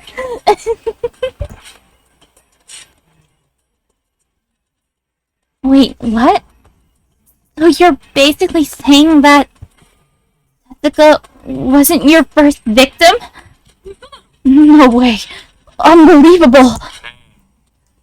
Yo, what's your body count? Well, I don't keep track of everyone I kill. I guess around 60? The heck? Alright, you win. Right, he's the ultimate broker. I mean, it has come to a point where I just get rid of everyone acquainted with Hibiki. How in the world did you not get arrested for all this? Well, it's either because I was too perfect, or because the cops were too stupid. My bet is on both. That's why I told you. This was the first one that I actually failed. Is this why you killed Setsuka? Because she was friendly with your older sis? It didn't have to be Setsuka, so long as that person was the one most intimate with Hibiki. Though she did get on my nerves, to be honest. Anything that could help Hibiki recover from her mental state must be eliminated. Why? For what reason? Why are you so obsessed with Hibiki? Reason? How about I ask you a question instead? Do people need a reason to love someone? I love Hibiki. If you could have your loved one all to yourself, anyone would have done the same. You're crazy! You're insane! I can't even hear another word from you. You don't deserve any sympathy whatsoever. Go to hell! Hold on a minute, Kanade. How does this story relate to Hibiki acting like a puppet right now? Oh, I forgot about that part. Or did she do it backward? Yeah. so you know. Maybe. Yeah. I guess it was around the time I made sushi out of our What? When Hibiki realized that the coordinator she was close with had gone missing, she came to me, crying. But something was different. She was bawling like usual, when suddenly, her eyes lost focus, and she didn't show any human reaction. How did she? And when I spoke out to her, she started to do exactly everything I told her to do. No complaints, no reactions. Like as if I was controlling a game avatar. That might have been one of the happiest moments of my entire life. Since being controlled by my words. Just thinking how it makes. Okay. Afterwards, whenever Hibiki's... The Kyo vibes. I know, right? Afterwards, whenever Hibiki's mental state took a certain amount of damage, she turned into a puppet like this. Like, she is Kyo. I was so close to 100. Oh gosh. It only lasted for a short time the first time around, but in time, it lasted longer and longer, until now I could just switch it on and off whenever I order her to. From that day onwards, my training goal was for Hibiki had completely changed. If I previously trained her to only look towards me, I now trained her to be the perfect puppet. My final goal was to make Hibiki my very own puppet all the time, regardless of her mental state. If we had escaped off this island after killing Setsuka, and maybe killed one or two more, I could have achieved that dream. What a waste. I see. So that's why Shobai said the culprit was Kanade and Kanade again. So her body count is 60, right? Yeah. But she's, in high school. Weak. Just kidding. I'm joking. But anyway. You filled more? No! Anyway. Here. Okay. Kanade did this to Hibiki so that her sis could act as her duplicate and commit the ultimate perfect crime. When did it all start? When did Hibiki start acting like this? Was she already in this state when we met her this morning? No, she still retained herself back then. Throughout this killing school trip, I was looking for the perfect opportunity. The point where Hibiki's mentality reached the threshold. And through the motive video of our parents getting attacked, I knew it was time. So I just executed my plan that I had prepared. Your plan? Now that I've already been revealed, there's actually one more place that I used the blood packs for. What? As you had deduced, I woke up early and called Setsuka to the pool. Then I ambushed her from behind and knocked her out. And then I poured blood all over her unconscious body to make it look like as if she was dead. Oh, why do such a gross thing? Because that was the trigger that would turn Hibiki into a puppet. I immediately called Hibiki out to the pool and made her enter the place using my handbook. Our innocent Hibiki entered the pool and soon witnessed the fake crime scene. How would you react if you had watched a disturbing video of your parents getting attacked the night before, only to see the bloody corpse of your best friend? As the person who controlled her mental state for years, I knew I knew just how much mental damage it took for her to become my little puppet. The consecutive loss of your precious ones. The scream that my sis yelled. I still get the chills.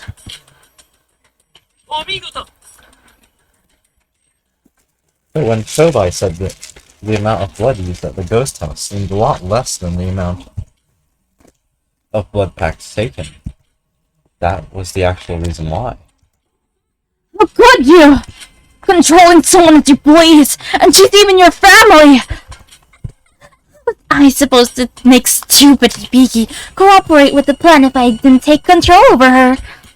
She wasn't going to agree on killing someone in her normal state in the first place. This was all for Hibiki. She did want to leave this island after all. But that was all ruined by you people. Does Hibiki know any of this? Of course not. Hibiki loses most of her memories when she regains her sanity. So it'd be next to impossible for her to know this. But Hibiki still cared about you, and loved you more than anyone. Kanade Otonokoji, as a human being, and as family. You really are the worst. Call me whatever you want. People come in different shapes and sizes after all. I didn't really expect you to understand me anyway. Yo, crazy girl. Not to imagine now, but let me ask you a question. You admitted to your current source at the end of the trial, right? Wouldn't someone as smart as you have been able to find another way out back then? Nonsense is Yongo. Feels a bit weird. Like we didn't win for real.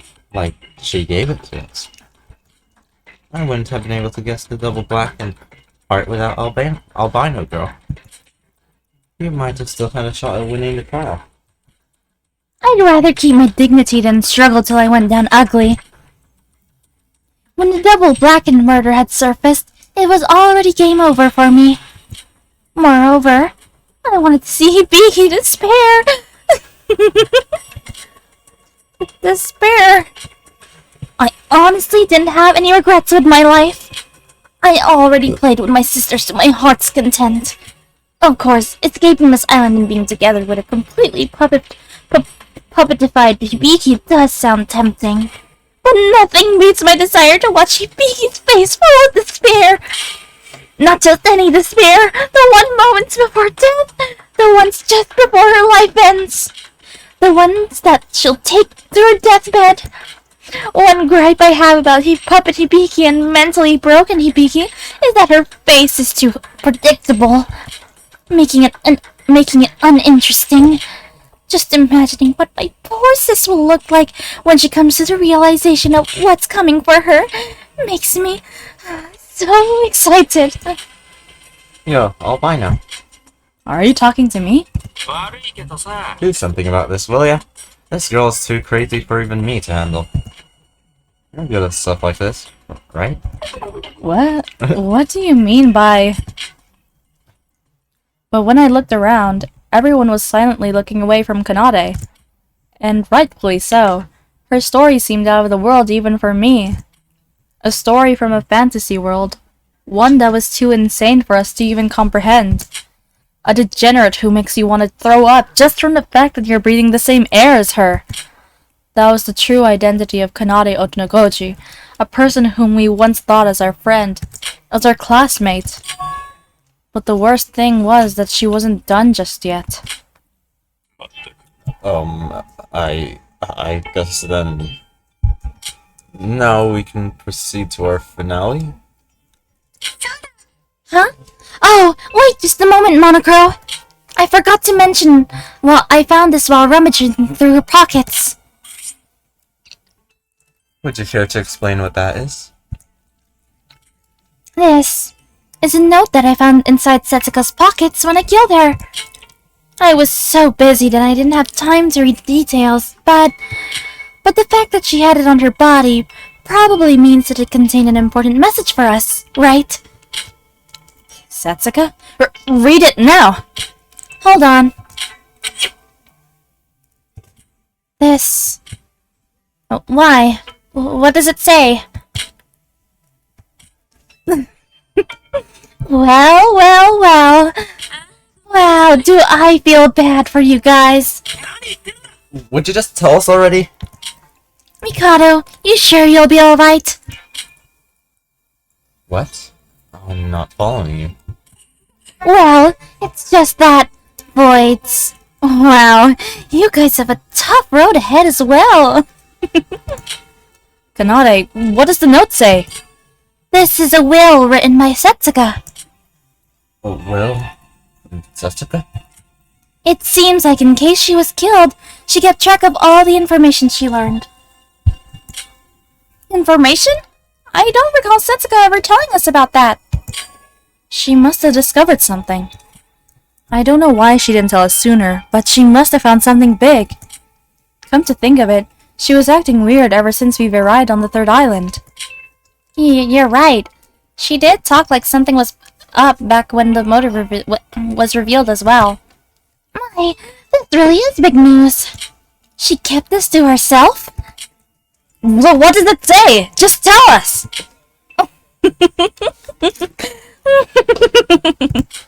I'm so sorry for this, but... What the heck?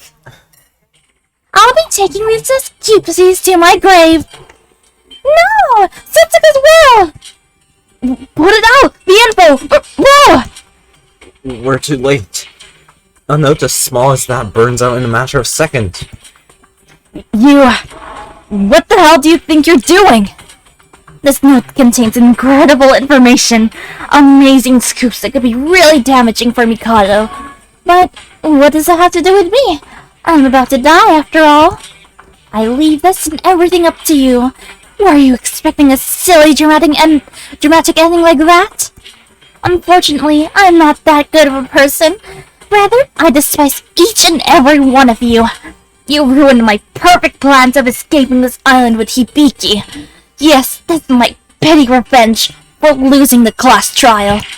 An adorable tantrum by me, if you will. Jesus.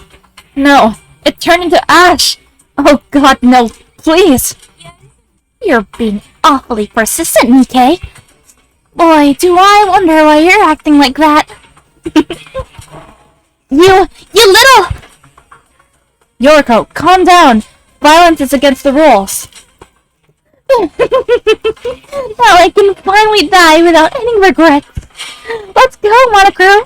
I'm sure you've prepared a wonderful and fitting execution for Hibiki and I. Now, hold on. I appreciate your enthusiasm, but there's still some things left to do.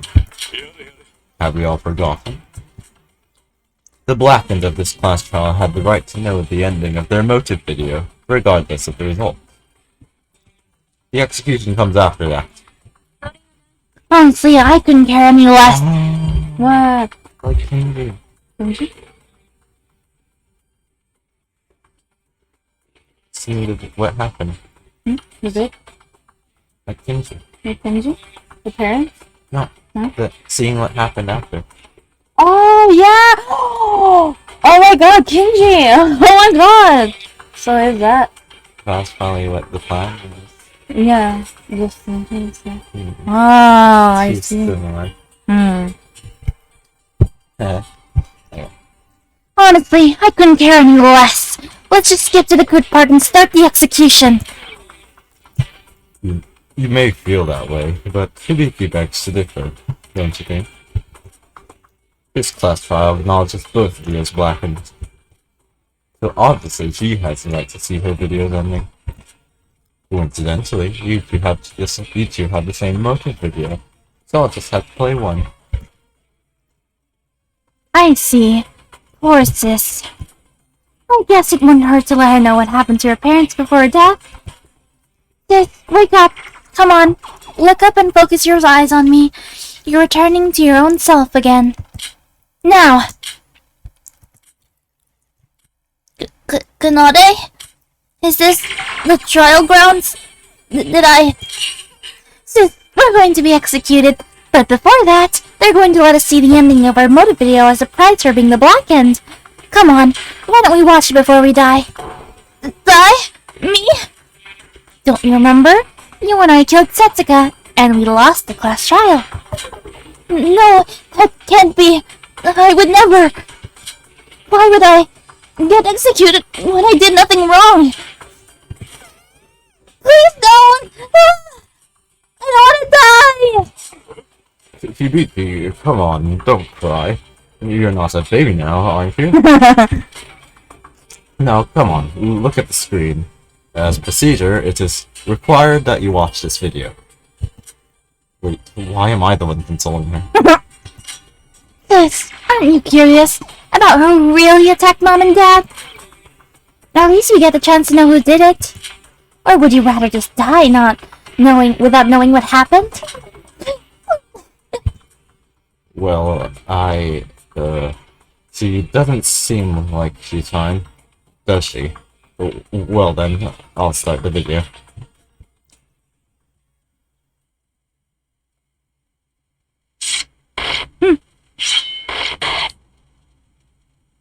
Don't kill me. Why would you...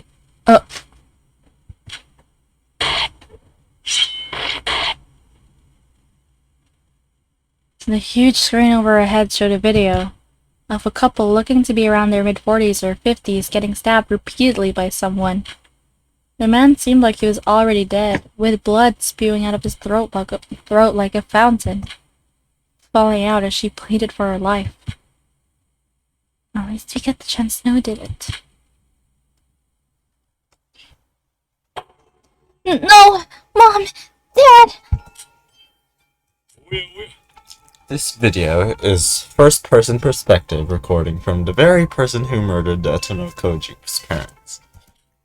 Being recorded on a cheap camcorder, the quality isn't quite something to write home about. But I can't watch any longer. This is too horrible. Monocro, Mikado, who really are you guys? How'd you get the footage of the twins' parents being murdered? No, not just that. Even the motive videos. How'd you get your hands on those? Well, do I really need to answer that? Wait a minute. For the climax, the identity of the assailant will now be revealed. I'm sure you're more curious than ever, dear Kanade and Ibiki. So let's find out who done it.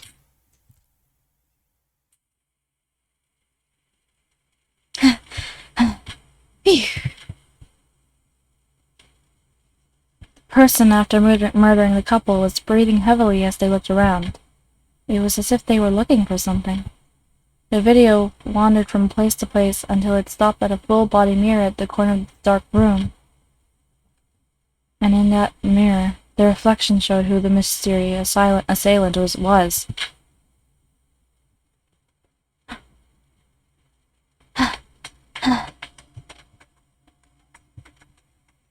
It's hot in here.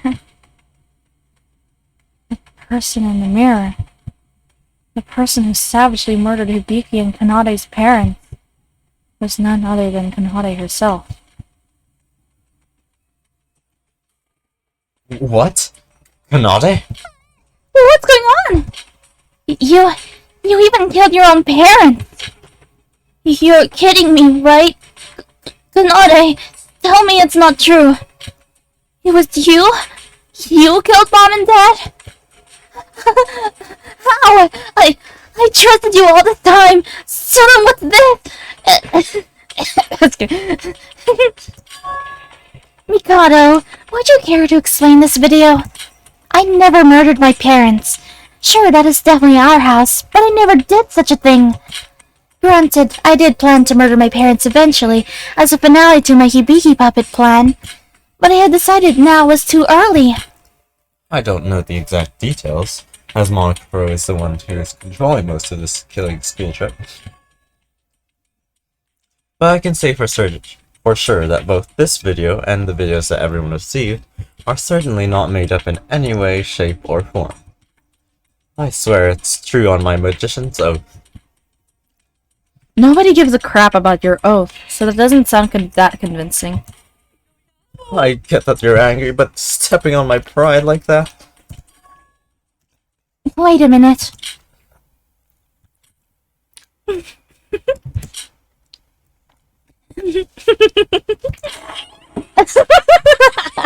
So that's it? So that's how it was all along? Amazing! I never would have guessed! What a twist! What's up with her? Wow, what a shame. For real, what a shame. To not see the aftermath of this after getting to know such a big secret. And that's where the video ends. It seems that you've realized something, Kanade. Oh, don't you worry. I won't spoil anything for the rest of you. Beaky and I will take this secret to our graves. Students, I know this isn't the time to interrupt, but it's already past midnight. The trial is almost over. We all need to get a good night's sleep for tomorrow, right?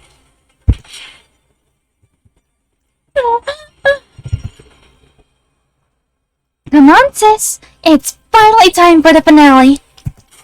Show me, sis, your most despairful last moments of your entire life. No, don't you come any closer, you monster. I don't want to die. Why should I be the one to go? I didn't do anything wrong. Now, I've prepared a very special punishment for the ultimate vocalist, Hibiki Otanakoji, and the ultimate guitarist, Kanade Otanakoji. Hibiki! Get away from me! Somebody help me! For this case, since there were two blackened, we're going to have the same execution for both of you. Don't help me! Nike! Iroha! Yuki! Shinji! Yuhako! Just anyone! Save me!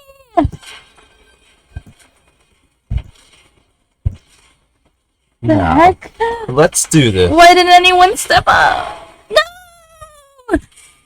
It's punishment time. The heck?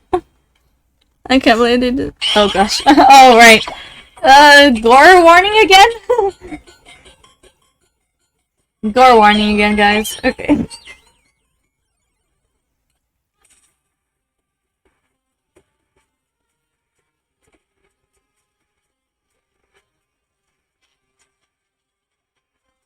Oh, poor Vicky.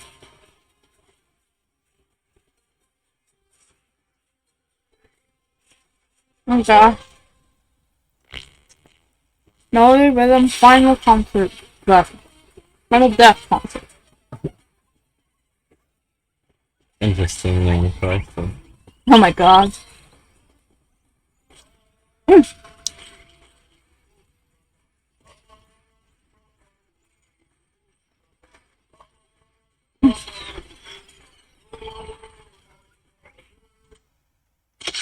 Oh god.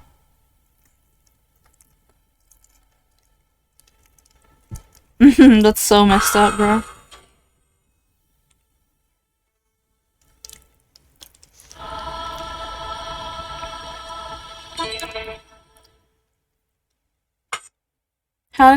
But why did it tear her head? I don't understand what happened there. That girl died laughing. She really is one scary girl. Not Not even Monica I know. Oh god, that's tolerating crazy. her baby. I know, right? Hibiki and Kanade were executed. A third-class trial. The third execution. And so, another two have left us. Even though the execution had ended, nobody spoke a word. Perhaps it was because Kanade rattled us until her very last moment? Or maybe after 3 repeated defeats by the despair that is reality, we had lost even the strength to open our mouths. Oh, dang it. I want to know what was in that paper of Setsuka. But to me, as of now, I had no way of knowing. Shishobai? Where are you going? What? We're finished, right? We're free to leave now. And don't speak to me. Back then was only because we had a mutual goal that was the class trial. Now that that's over, don't bother me. Don't bother me again. Capiche? Dang it. Kanade was a human degenerate that deserved to die. No, she said she deserved to suffer, not death. But Hibiki... If what Kanade said was true, that Hibiki was merely used this case by Kanade, I should have done something. Anything. Yeah, why did you all If Ray was... It's okay. Oh. But, like, genuinely, I feel like Ray would point something out about the rules. Yeah, genuinely. Like, no, you are not allowed to take this girl. So that this place wouldn't have happened in the first place. Wait, so that this wouldn't have happened in the first place. Damn it! Damn it! I don't know how many times I've said damn it, damn it. In this entire series. The heck, that was so messed up. Kanade really should have died with despair, not laughing at her death. Jesus. Nikkei. Kanade. Oh, what a person she was. Now that's a person I call worthy of being a void. I really do hope that the other remaining two learn a thing or two from her. Honestly, don't have the strength to yell at you. Just leave us be. Oh dear, did I hurt your feelings? Well, I'm terribly sorry. But yes, as Monocro said, it has become terribly late. And Shinji, you're right. We should all go take a rest. If you ask me, I don't feel quite good about this as well. Although, for a different reason. Well then, if you excuse me. Let's think positively, everyone. Tori is right. We're better off not having someone like Kanade among us. I mean, really, living together with a criminal like that? No, thank you. Hibiki, well, she was pretty unlucky to have someone like Kanade as her family. I thought you liked Kanade, Iroha. That you depended on her for class trials. That was before I knew she was a total maniac. But no worries, we have Sora and Shobai on our side, and all we have to do is prevent any murders from now on. So please, let's all smile. You think this is funny? Bruh. What? Don't you get what kind of situation we're in? There's a murder, and we pulled through all of that crap to win the class trial when the culprit wasn't even a void. We didn't get to know what Setsuka had investigated. There are still 3 voids left. There were 16 of us when we started. Now there's 9 of us left. That's almost half of us gone. And you're saying that we should think positively? You didn't have to say it like that. I just wanted everyone to feel better. Like hell we would! We have literally no hope at all now! Eek! Yuki, please don't take it out on Iroha and calm down. We all feel the same. Bro, Huh? What? you said you wouldn't let anyone die from now on, right? Well, now there's 3 more dead bodies to add to the count. Try harder next time, will ya? Jesus. Yuki! Yeah, why is he like that? Why is everyone bullying me? Iroha, would it kill for you to read the mood for once? But I'm sorry. Shinji, why'd you let Yuki act like that? Because he's right in every way. I didn't keep my promise. No wonder he's acting like that. Such a loser. Jeez, Yuki. Gosh. Sora, why are things turning out this way? What did we do to deserve all of this? I'm just so tired.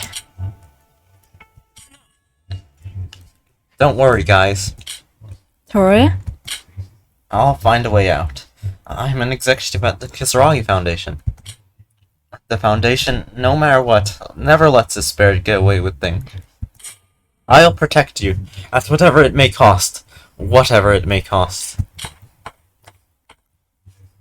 Oh jeez, Taria, please don't do anything stupid, I swear. After Taria left, those of us remaining one by one managed to drag our bodies out of the trial grounds. Yoriko, who couldn't stop her tears, Iroha, who looked somewhat nervous, Shinji, who looked to be deep in thought. No one spoke a word in the elevator back to the monocruise. This was a class trial more tiresome than ever, and it looked like it's going to get only harder from now. What were we supposed to do? Ow. Sorry. The first thing I did when I arrived at my room was to throw myself onto the bed. I didn't have the strength or the urge to wash myself or change clothes. Perhaps I just wanted to escape from this reality. I was almost at the breaking point. I was only trying to act patient for the others who were in despair. I also wanted to cry my heart out like Yoriko. It felt painful. Yoriko's words just now rang inside my head. Why are these things happening to us? Did we do something wrong? Is this a punishment to atone for our sins?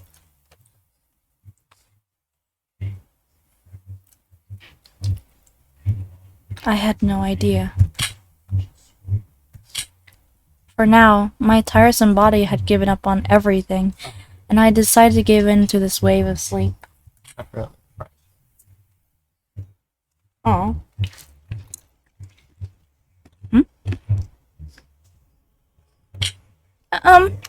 Are you there? Over here. Why are you so startled? Do you have something to confess? Mikado! What's up? Why did you call me so late at night? What's up? What is up? I'll tell you what's up, you stupid little brat. It's a little stupid. Oh. Well, it's not. Iroha Nijiue. Are you even aware of the fact that you are a void? It was your turn last time. Emma stealing your spot? That I can understand. The corrections were made in the end, after all. But if you ruin everything one time, you're supposed to make it up the next time. There were supposed to be 2 victims this case. A double murder. You hear me? But let's talk about what actually happened. Let's see. The cases weren't similar, and to top it off, 2 black-ins?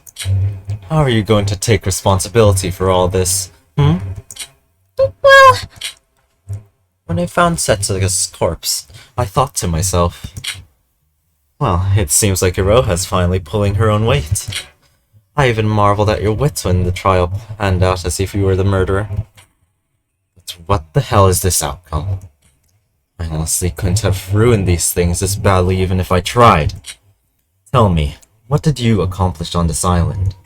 Well, I was gonna do something, but Kanade acted too quickly that Oh. I don't want to hear excuses, you useless trash. I even gave you a tidbit before the motive reveal. You probably weren't even paying attention, were you? Are you making fun of me?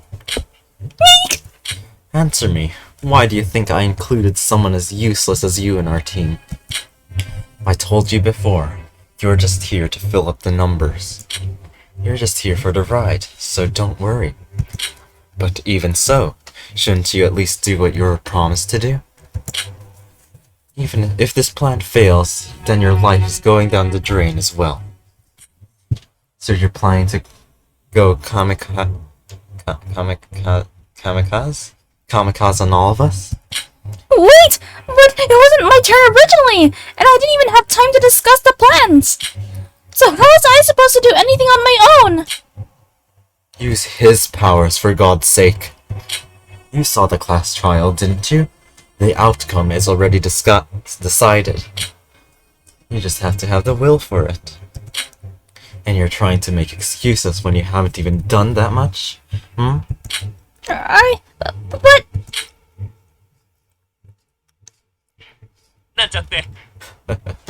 Very well. As much as I'm disappointed in you, things didn't completely go south, it's still not too late, so I'm giving you another chance. Think of it as an act of mercy, for I am very forgiving. Next island, you're in charge of the murder there. What? But Relax, there's nothing to worry. Everything will go as planned under his protection. You just gotta wish for it. but the next island, it's that person's turn. So I think I'll just... That person? You really think they're still on their side? Just how stupid can you get? What do you mean? That the damn brat betrayed us long ago. Didn't you notice something was off ever since we arrived on this island? Trying to ruin everything. I've already noticed it, and I'm wondering what punishment I should give out. I'm not doing this too without any reason. Believe me, if that person was on our side, of course I'll ditch you and leave everything to them. Stats-wise, they are far superior to an idiot like you. So it's just me and you. Now you get why things are getting serious? If you've understood, follow my orders. If you do so, you, me, and every one of us will regain happiness. Well then, I have high expectations for your marvelous murder case. Don't let me down. But What's the matter? Wait, don't tell me. You wouldn't dare think of backstabbing me like that brat, would you? No! I would never! Just do it. It isn't that hard. You'll only have to wait just a bit longer, after all. The day of his resurrection is almost here. What? Now, this is the end of our conversation. If we linger any longer, someone like Shobai is bound to find us, so you should head back. If I were you, I wouldn't dare think of betraying us for your own good. my breath is gone.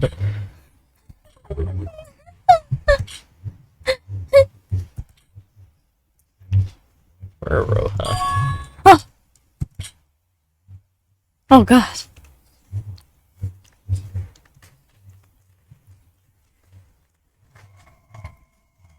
Oh my gosh.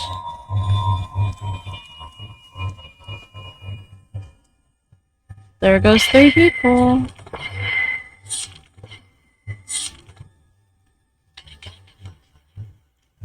Oh gosh. I licked my mouse pad of all things. Oh, I didn't see. Notice.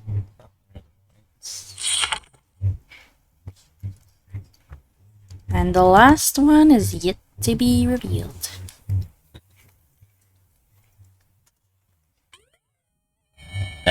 Oh. Okay. At least it's her. Eighth note. Yeah, I don't mind anymore. Oh, yeah! Get rid of that. Get rid of that. Move Throw it on to to the the trash. 4th chapter. Oh. People said I'd like this chapter. I'm just kidding. No. Oh, right. Oh, yeah. I watched the second chapter trial for this one. I completely forgot. Hajime, What? Ah, I forgot how a you town was holding its largest festival of the year. A man from the local monastery brought homemade fish and chips to the feast, and the people absolutely loved it. They asked the man if he really made the dish himself, and do you know what he said? What did he say? Indeed, I am the fish fryer!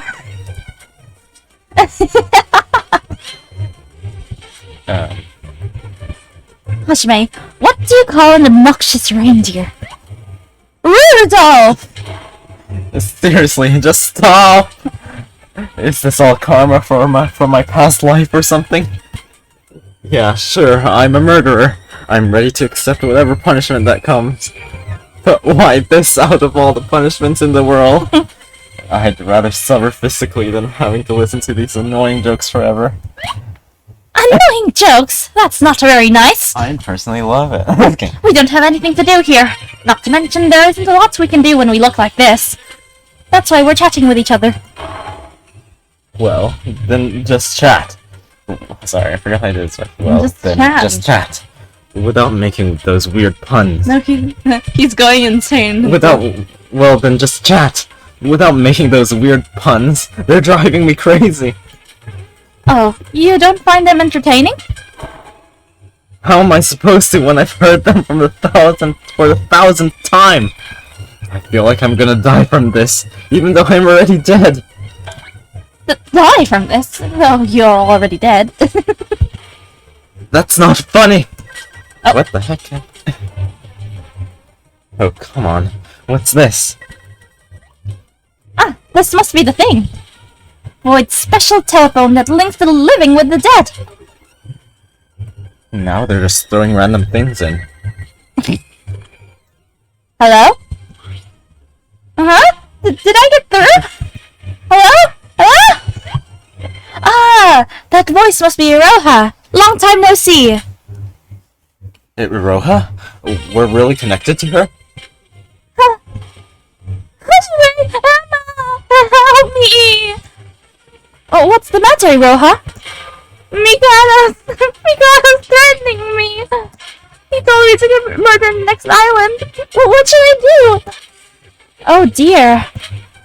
Mikado, that brat. Hey, don't listen to him, Iroha. But... I know how you're feeling right now. You're too good to be involved in a plan like this.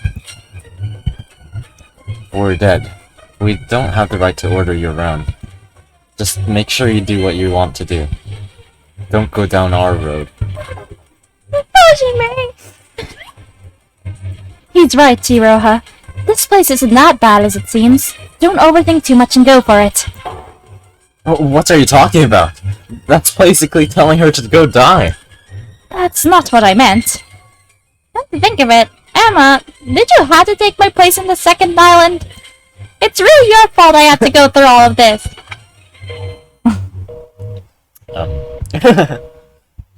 What? No, never mind. Bruh.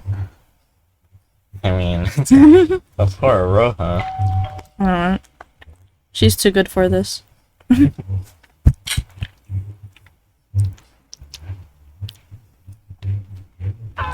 Is it already morning? I didn't sleep a wink. The trial ended over midnight, so it should be natural that I feel tired and sleepy. Yet I couldn't sleep at all. Well, you did drink coffee and then fall asleep for the entire afternoon. I feel extremely tired. Maybe I'll just go back to sleep, I thought to myself as I lay myself back in bed. But despite my tiredness, I just couldn't go to sleep. I guess I'll just go and have breakfast for now. Oh, okay. Guess we're ending the chapter. I was hoping to continue, but looks like it's over. So, we are finally in chapter 4.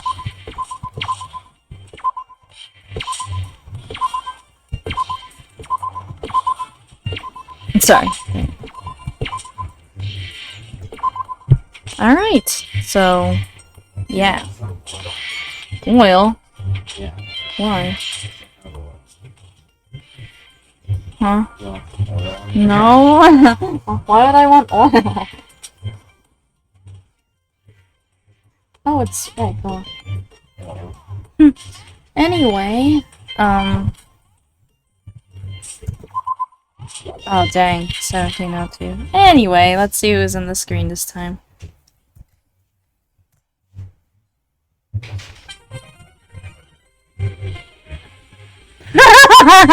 It's Shobai. Okay. Perfect, actually, since he was the star of the show this chapter, actually. So, I'm gonna wait for Bender to come because he's not my character. But, thoughts on the case?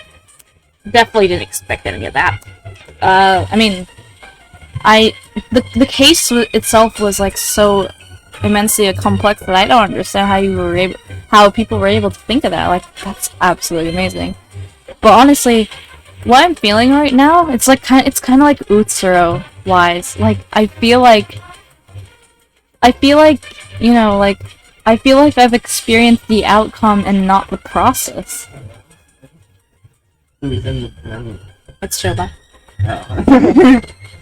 Dang it. Okay. So, I was explaining my feelings of the trial.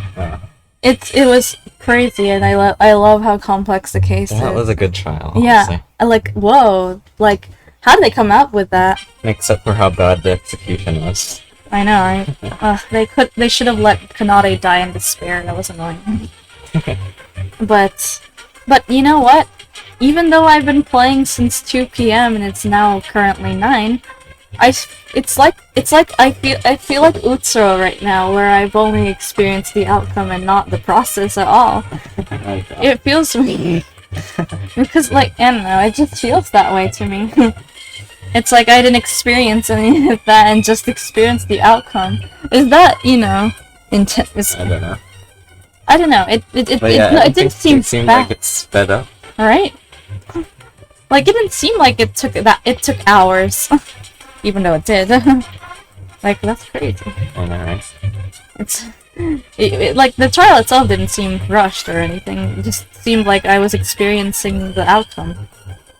Anyways. I wonder if that was intentional, but I don't know. They did a really good job of that. I love it. Except Kanade is insane. I don't like her.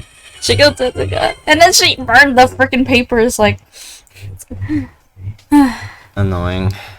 But I'm kind of scared about Yuki and Teruya right now. Because, like, the heck? What Teruya said at the end, and Yuki going out like that, just... like, whoa, okay. Anyway, I'll be playing chapter 4, I'll be playing chapter 4 maybe Tuesday, Wednesday, something like that. Sorry, wait. Yeah, Tuesday or Wednesday. Yeah. Let's just try to think. Ah! The heck? You made a slap now. Hey, you still have to do the outro. Why? It's show bites! Why are you making me do the intro? It'll be Intro? 1 million. Sorry, outro. It'll be 1 million pro. I don't have that much show by. Well, that's too Could I bad. have such a discount? Well, that's too bad. I'm not doing the outro. What? You're already doing the outro show by. Do I have 1 million crow on me? Just say the frickin' just say the frickin' outro, you stupid. Okay, fine, but you'll owe me after this. Thanks for watching or whatever. We'll see you on We'll see you Tuesday. maybe. Yeah. Okay. Okay, am I done? Yeah. Thanks, Shopa. I have a debt of 1 million. That's how much you had to spend to get his free time. No. Oh god, I don't even have that much because the stupid. Anyway. Anyway, yeah. Thanks for watching. We'll see you again next time. Bye. Bye.